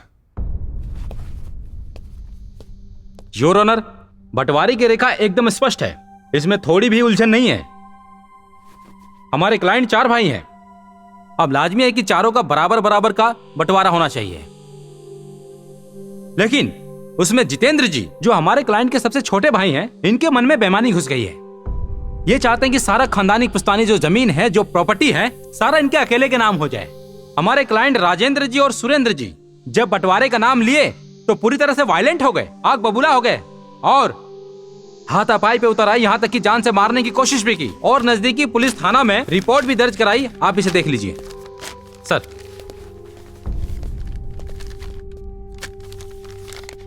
योर ऑनर, आपसे मेरी यही रिक्वेस्ट है कि हमारे सुरेंद्र जी और राजेंद्र जी जो बंटवारे की प्रॉपर्टी है, जो जमीन है, उसमें बराबर बराबर का हिस्सा दिलवाया जाए। मैं बस इतना ही कहना चाहूंगा।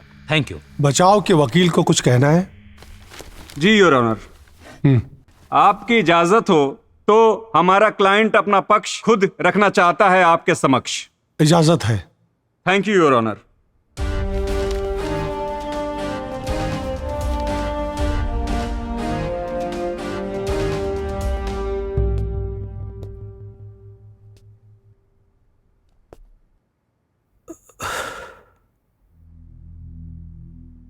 जज साहब, वकील साहब जो कोर्ट के सामने बात रख लें वो एकदम सही बा। हमने के एक माता पिता से 4 भाई बानी जा। तब पुश्तैनी जमीन में चारों का हिस्सा भी बराबर होके के चाहिए, ना केहू के कम ना केहू के ज्यादा।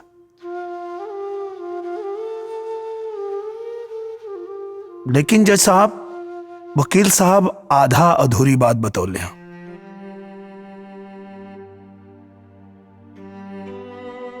ये हमार मझिला भैया सुरेंद्र प्रसाद लखनऊ में सरकारी नौकरी करेले और 2 कट्ठा जमीन खरीद के बहुत आलीशान महल जैसन घर बनैले बाने।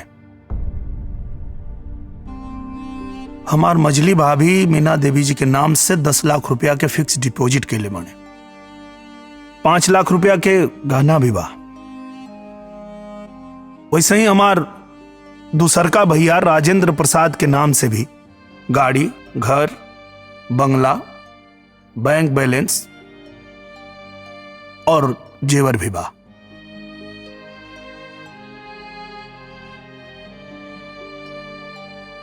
अब आप बताएं जज साहब, मात्र 15 साल में ये लोग जौन धन संपत्ति बनैले बा वो केकरे बदौलत बनैले बा? काहे कि हमार बड़का भैया जे बचपन से सिर्फ खेती कैले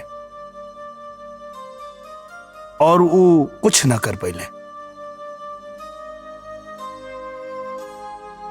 सोचे की बात ही बा जज साहब कि हमारे बड़के भैया के नाम से जमा पूंजी तो छोड़ दी, उनके नाम से तो बैंक में खाता भी नहीं के। हमारे बड़की भौजी के पास 2 कनबाली रहे जो उन ब्याह में उनकर माई देले रही। हमार भैया वो बेच देले ए लोग के पढ़ावे खातिर, ए लोग के नौकरी दियावे खातिर।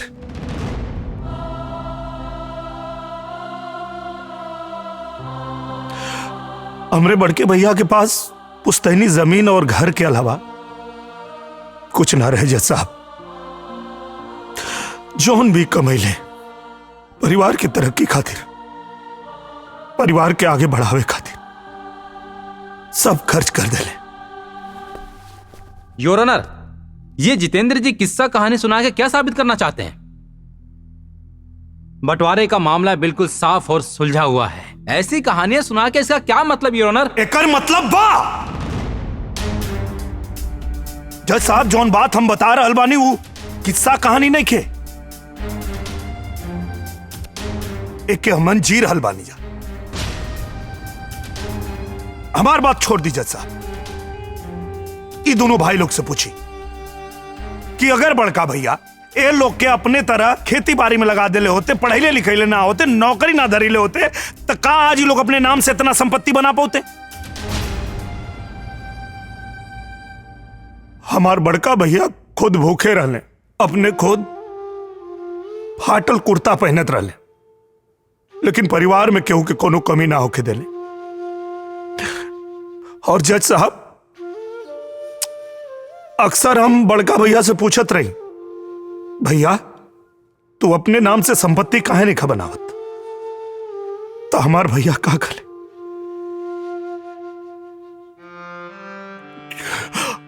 हमार भैया कहले जज साहब की जितेंद्र, हमार असली संपत्ति तो हमार भाई लोग हमें।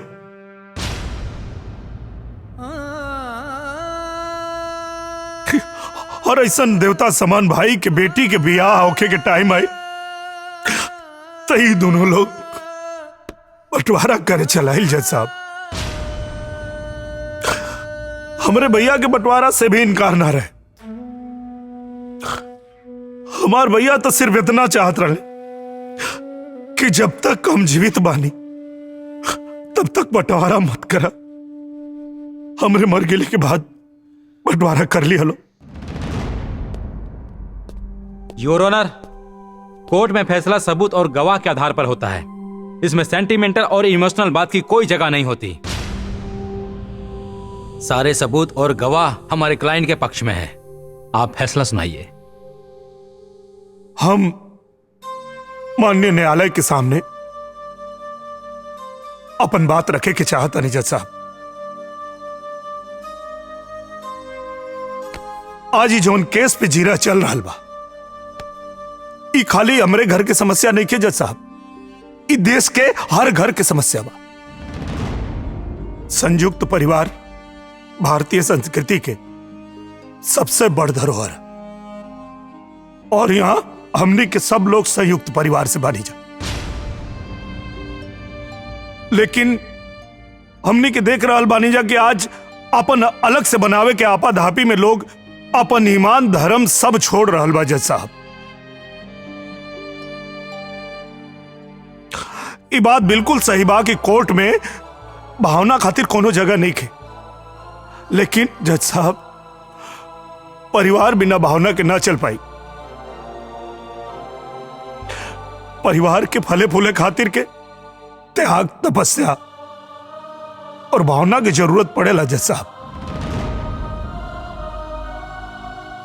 ममता, प्यार और त्याग, यह परिवार रूपी नदी के जीवन धारा आ जज साहब। और अगर ये धारा सूख गई फिर न कोनो घर बची, न कोनो परिवार बची, न कोनो समाज बची, न कोनो राष्ट्र बची और ना ही मानवता बची जज साहब। संपत्ति के अधिकार में कानून के नए सिरे से सोचे के चाहिए, बदलाव करे के चाहिए। यहां लोग न्याय खातिर आवेला जज साहब, कहे कि न्याय के मंदिर है, और हम ये आज कहे कि चाहता नहीं जज साहब कि केहू और के हिस्सा से हमके एक फूटी कौड़ी ना चाहिए। बस न्याय चाहिए जज साहब, न्याय चाहिए।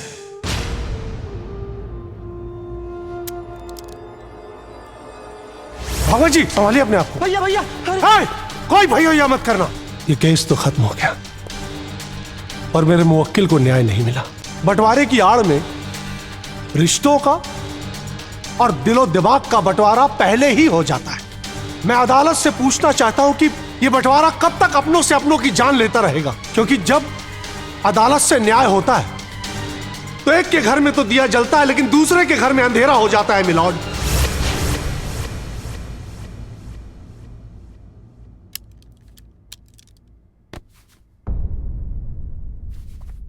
दोनों पक्षों की दलीलें सुनने के बाद अदालत इस नतीजे पर पहुंची है कि बिना गंभीरता से विचार किए इस केस में कोई भी निर्णय लेना मुश्किल है। इसलिए यह अदालत आज कोई फैसला नहीं सुनाएगी। एक जिम्मेदार नागरिक होने के नाते और साथ ही साथ एक जज होने के नाते मैं सुप्रीम कोर्ट में अपील करूंगा कि संयुक्त परिवार के जायदाद के मुद्दे में एक नई व्याख्या दें कि बंटवारे के समय अधिकार के साथ साथ प्रेम, त्याग और कर्तव्य पर भी विचार किया जाए। तब तक के लिए अदालत मुलतवी की जाती है। द कोर्ट इज एडजर्न्ड।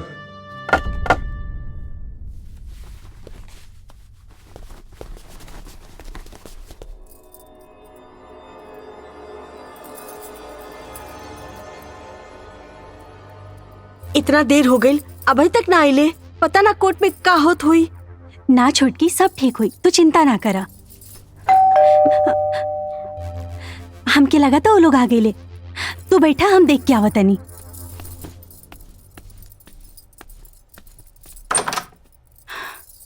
रुआ? हाँ, हमरा राजेंद्र और सुरेंद्र से कुछ जरूरी बात करे के बा। आई। हाँ।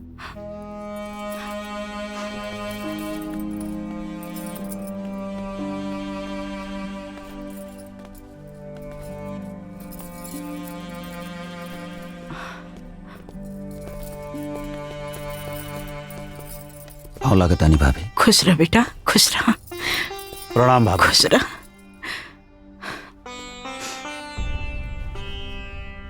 राजेंद्र, सुरेंद्र, हम तो लोग के अपना से कब्बो अलग ना समझनी। जब हम बियाह करके वो घर में आयल रही तो तोहर बड़का भैया पहला रात के हमरा से एगो वचन ले ले रही कि हम तो तीनों भाई के अपन देवर ना अपन बेटा मानब। भगवान जाने कि आज भी हम उहे माने नहीं। तू लोग के कबो कोनो छोट भाव से हम ना देखनी। अब जौन होके करे तौन तो हो गइल बाबू। बाकी हम एगो बात कहे खातिर रहनी है कि तू लोग के जौन भी हिस्सा चाहिए ले ला जा। बाकी हमरा के हमर वो घर दे दे जा।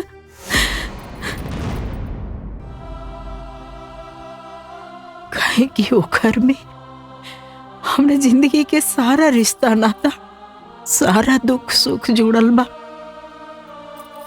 हम ये कहे खातिर आ गई नहीं और कोर्ट से केस वापिस लेला हमार बाबू। हमार घर हमरा के दे दा।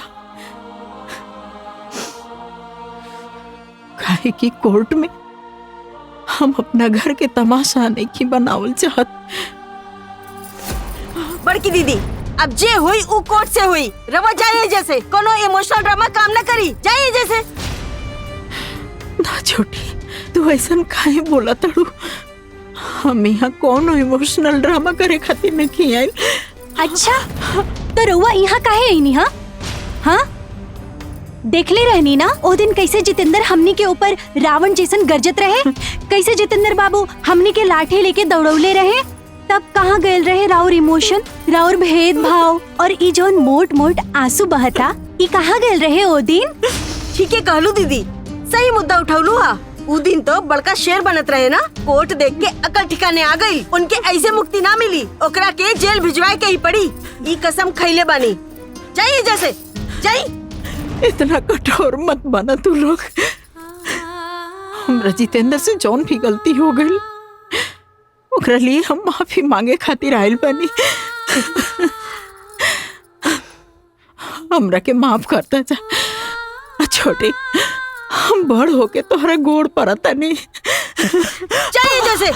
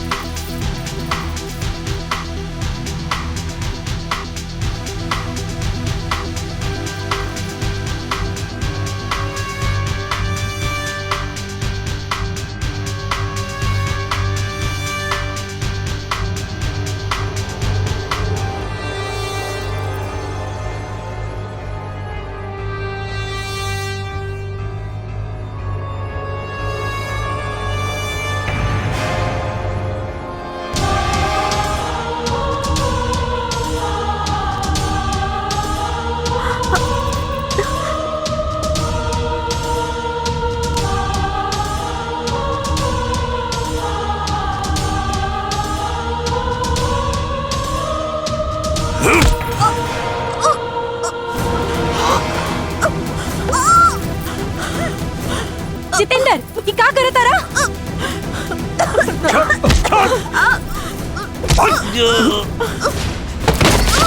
तो हिम्मत कैसे भइल रे हमरा भाभी के हाथ लगावे के? जान से मार दे तो के। जितेंद्र छोड़ उनके, छोड़ उनके भाई। छोड़ हमरा के। अगर तू मार पीट कर बंद ना करबा ना तो हमार मरल मुंह देखबा।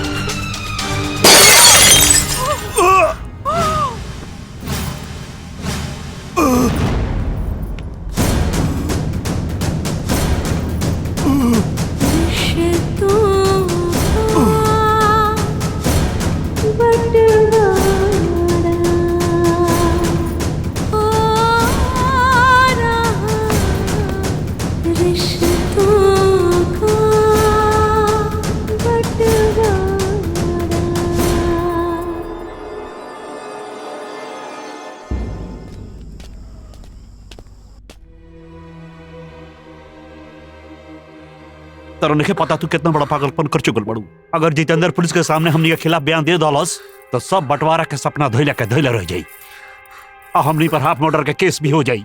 केस का मतलब समझा तरु ना, हमनी के दोनों भाई सस्पेंड हो जात सब। राजेंद्र, पुलिस। हमारे बाबू कैसन बाड़न डॉक्टर साहब? देखिए, उनके सर पे गहरी चोट लगी है, अभी कुछ भी कह पाना मुश्किल है। डॉक्टर साहब, हम बयान लेवल चाहता नहीं। अभी वो बेहोश हैं, होश में आने के बाद ही आप उनका बयान ले सकते हैं। Excuse me. रहुआ के बानी? हम उनकर भौजाई बानी। इनकरा के चोट कैसे लागल? इंस्पेक्टर साहब, इनमें हमार गलती बा। हम अपने देवर देवरानी से बात करत रहनी और तभी जितेंद्र आके मारपीट शुरू कर देलन। हम उनकरा के बड़ी मना कईनी, लेकिन वो मानते ना रहे। फिर हम अपना हाथ से उनका के धक्का दे देली और गिर गईला। फिर उनकर सिर फट गईल, बेहोश हो गईलन हमार बाबू। हमार गलती बा, हम दोषी बनी। ठीक बा, पर जब तक जितेंद्र के बयान नहीं के हो जात, रुआ जे रही। हाँ, हाँ। भाभी। ए जी, कहाँ जाता नहीं है? नहीं आई जरा आई, चली।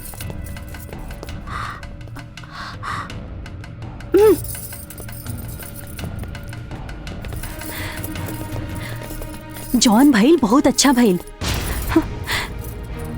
अब तक सारा टेंशन दूर हो गई। बड़की भौजी सारा दोष अपने सर पर ले लेनी। सही कहलुआ छोटकी, धर्मात्मा बने के शौक बा तो बने धर्मात्मा। अब हमने के दुख के कांटा खुद ब खुद दूर हो गई। अच्छा तो तब हुई जब ई जितेंद्र मर जाई और ई बड़की भौजी ना जिंदगी भर के लिए जेल चल जाई है और ऐजा जाके ना चक्की बिसिए। ए छोटकी, एकदम सही कहा तारू। अब सारा धन दौलत जमीन जायदाद हमने के हो जाई।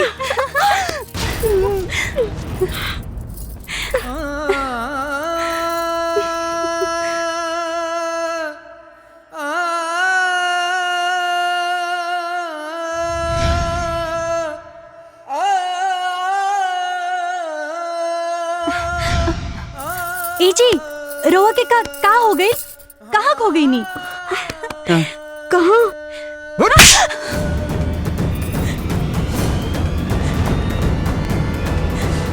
चुप। बेरहम औरत।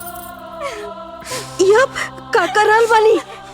भैया ठीक कैलहन, ई काम हमरो बहुत पहले करे के चाहत रहे। राजेंद्र, सुरेंद्र, ये तू लोग का करत बड़ा जा।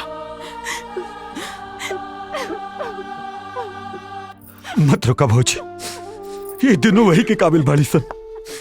पूरे घर के तबाह कर दलिस भाभी। चुप रहा तू। औरत पे दोष लगाओ तो बड़ी आसान बा। काहे कि खाली औरतिये के दोष ना होला, पुरुष भी बराबर के दोषी होला।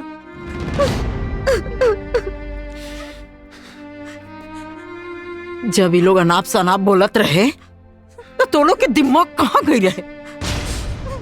घास चरे खातिर? का अच्छा बा, का बुरा बा, ये सब तो लोग के ना समझ में आई।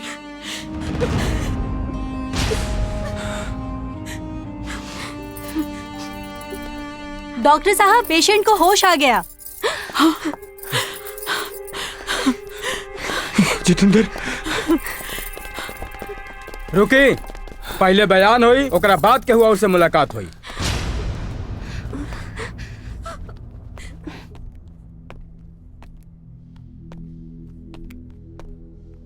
हम इलाका के थाना इंचार्ज बानी। हमरा के खबर मिलल है कि तोहरा साथे मारपीट भइल है। बिना डरे खुल के बतावा हमरा के मरलस तो है के, और ई माथा में चोट कैसे लागल?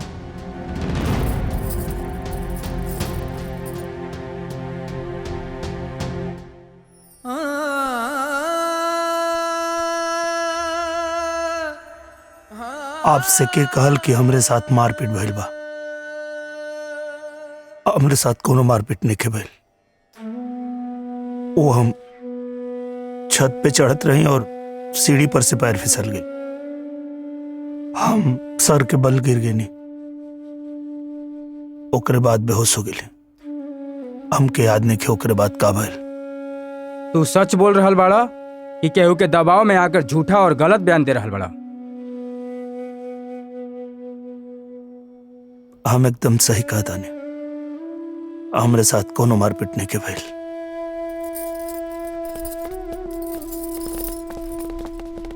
ठीक बा,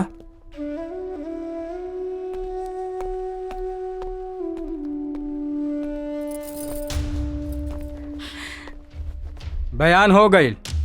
उनकर कहना बा कि उ सीढ़ी से गिर गई रहन और कोनो मारपीट ना भइल। तू तो कहत रहलू कुल तोहरा वजह से भइल बा। इंस्पेक्टर साहब, भौजी जौन बाड़ी जितेंद्र के कोनो काम से बाहर भेजले रहनी है। हन भौजी, यह बात बा ना? हाँ इंस्पेक्टर साहब, हाँ। ठीक बा, हमार जांच पूरा भइल। अब आप लोग उनकरा से मिल सकता नहीं। हाँ।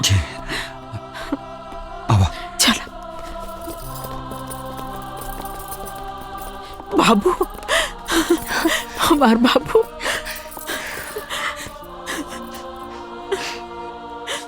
जितेंद्र हमार भाई, हम भटक गेल रहनी है, लेकिन तू हमारा आँख खोल देला भाई। माफ करते हमरा के, माफ करते भाई। हाँ देवर जी, हमके माफ कर दी। अरे भाभी का कर धरो भैया, तने लोग से हमके कोनो शिकायत नहीं के।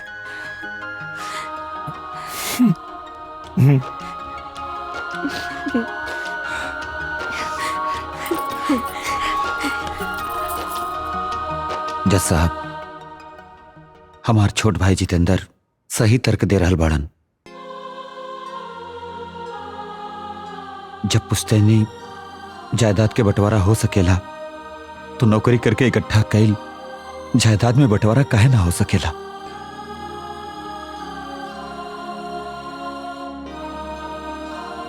लेकिन हमरे यहाँ कानून में ऐसा कुछ नहीं के। जज साहब, हम आपसे विनती कैल चाहब कि सरकार के आप आदेश दी कि ऐसा कोनो कानून बने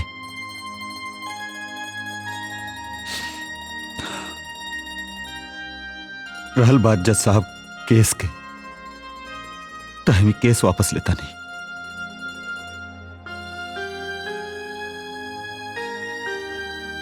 जज साहब, हमनी के घर के बंटवारा ना होई, हमनी के साथे रहल जाए। सगरो भाई मिलके जैसन बड़का भैया के सपना रहे।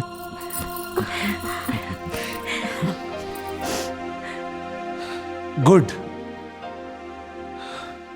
ये बहुत अच्छी बात है कि एक परिवार घर तोड़ने की नहीं, घर जोड़ने की बात कर रहा है। और इस केस के माध्यम से जितेंद्र ने जिस समस्या की ओर ध्यान अवगत कराया है, सच में परिवारों की वो एक विकराल समस्या है। घर के बंटवारे की समस्या बहुत बड़ी समस्या है। ये सिर्फ एक परिवार की समस्या नहीं है, हर घर की समस्या है, हर गांव की समस्या है। बंटवारे के झगड़े को लेकर हर घर में झगड़ा बढ़ रहा है, परिवार टूट रहे हैं, यहां तक कि हत्याएं भी हो रही हैं।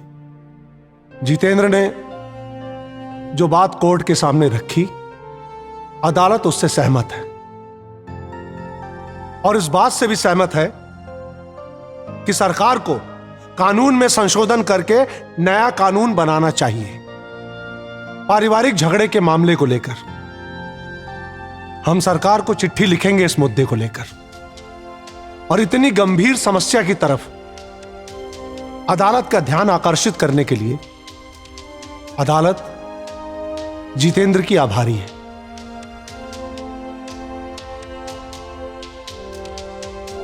द कोर्ट इज एडजर्न्ड।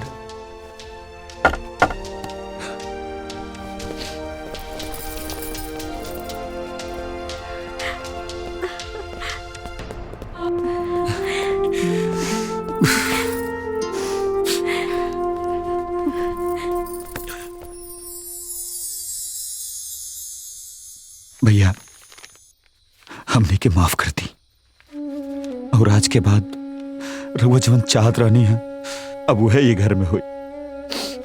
भैया ये जमीन के पेपरवा दिवाली के पटाखा के संग जला दी का जितेंद्र? खाए ना, बुराई और नफरत के साथ ही यह होए के चाहिए।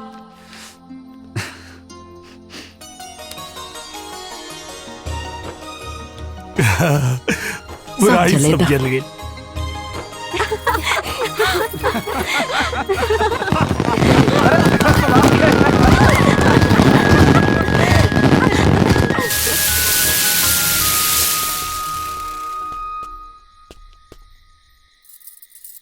हम रउआ लोगों से कुछ कहे आयल बानी।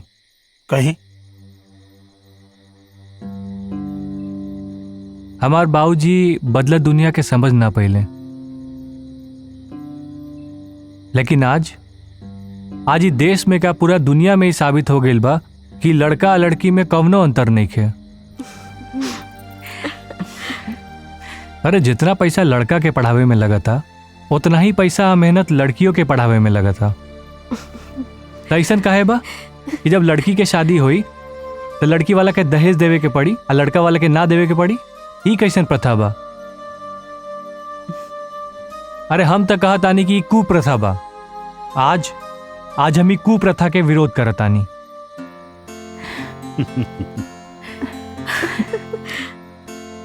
हमके माफ कर दे, ये रिश्ता मत तोड़ी। हमरा दिमाग में पुराना जमाना के रीत रिवाज के कादो कीचड़ भरल रहे जे के हमार बेटा हटा देलस। इस शादी के मना ना करी, होके दी।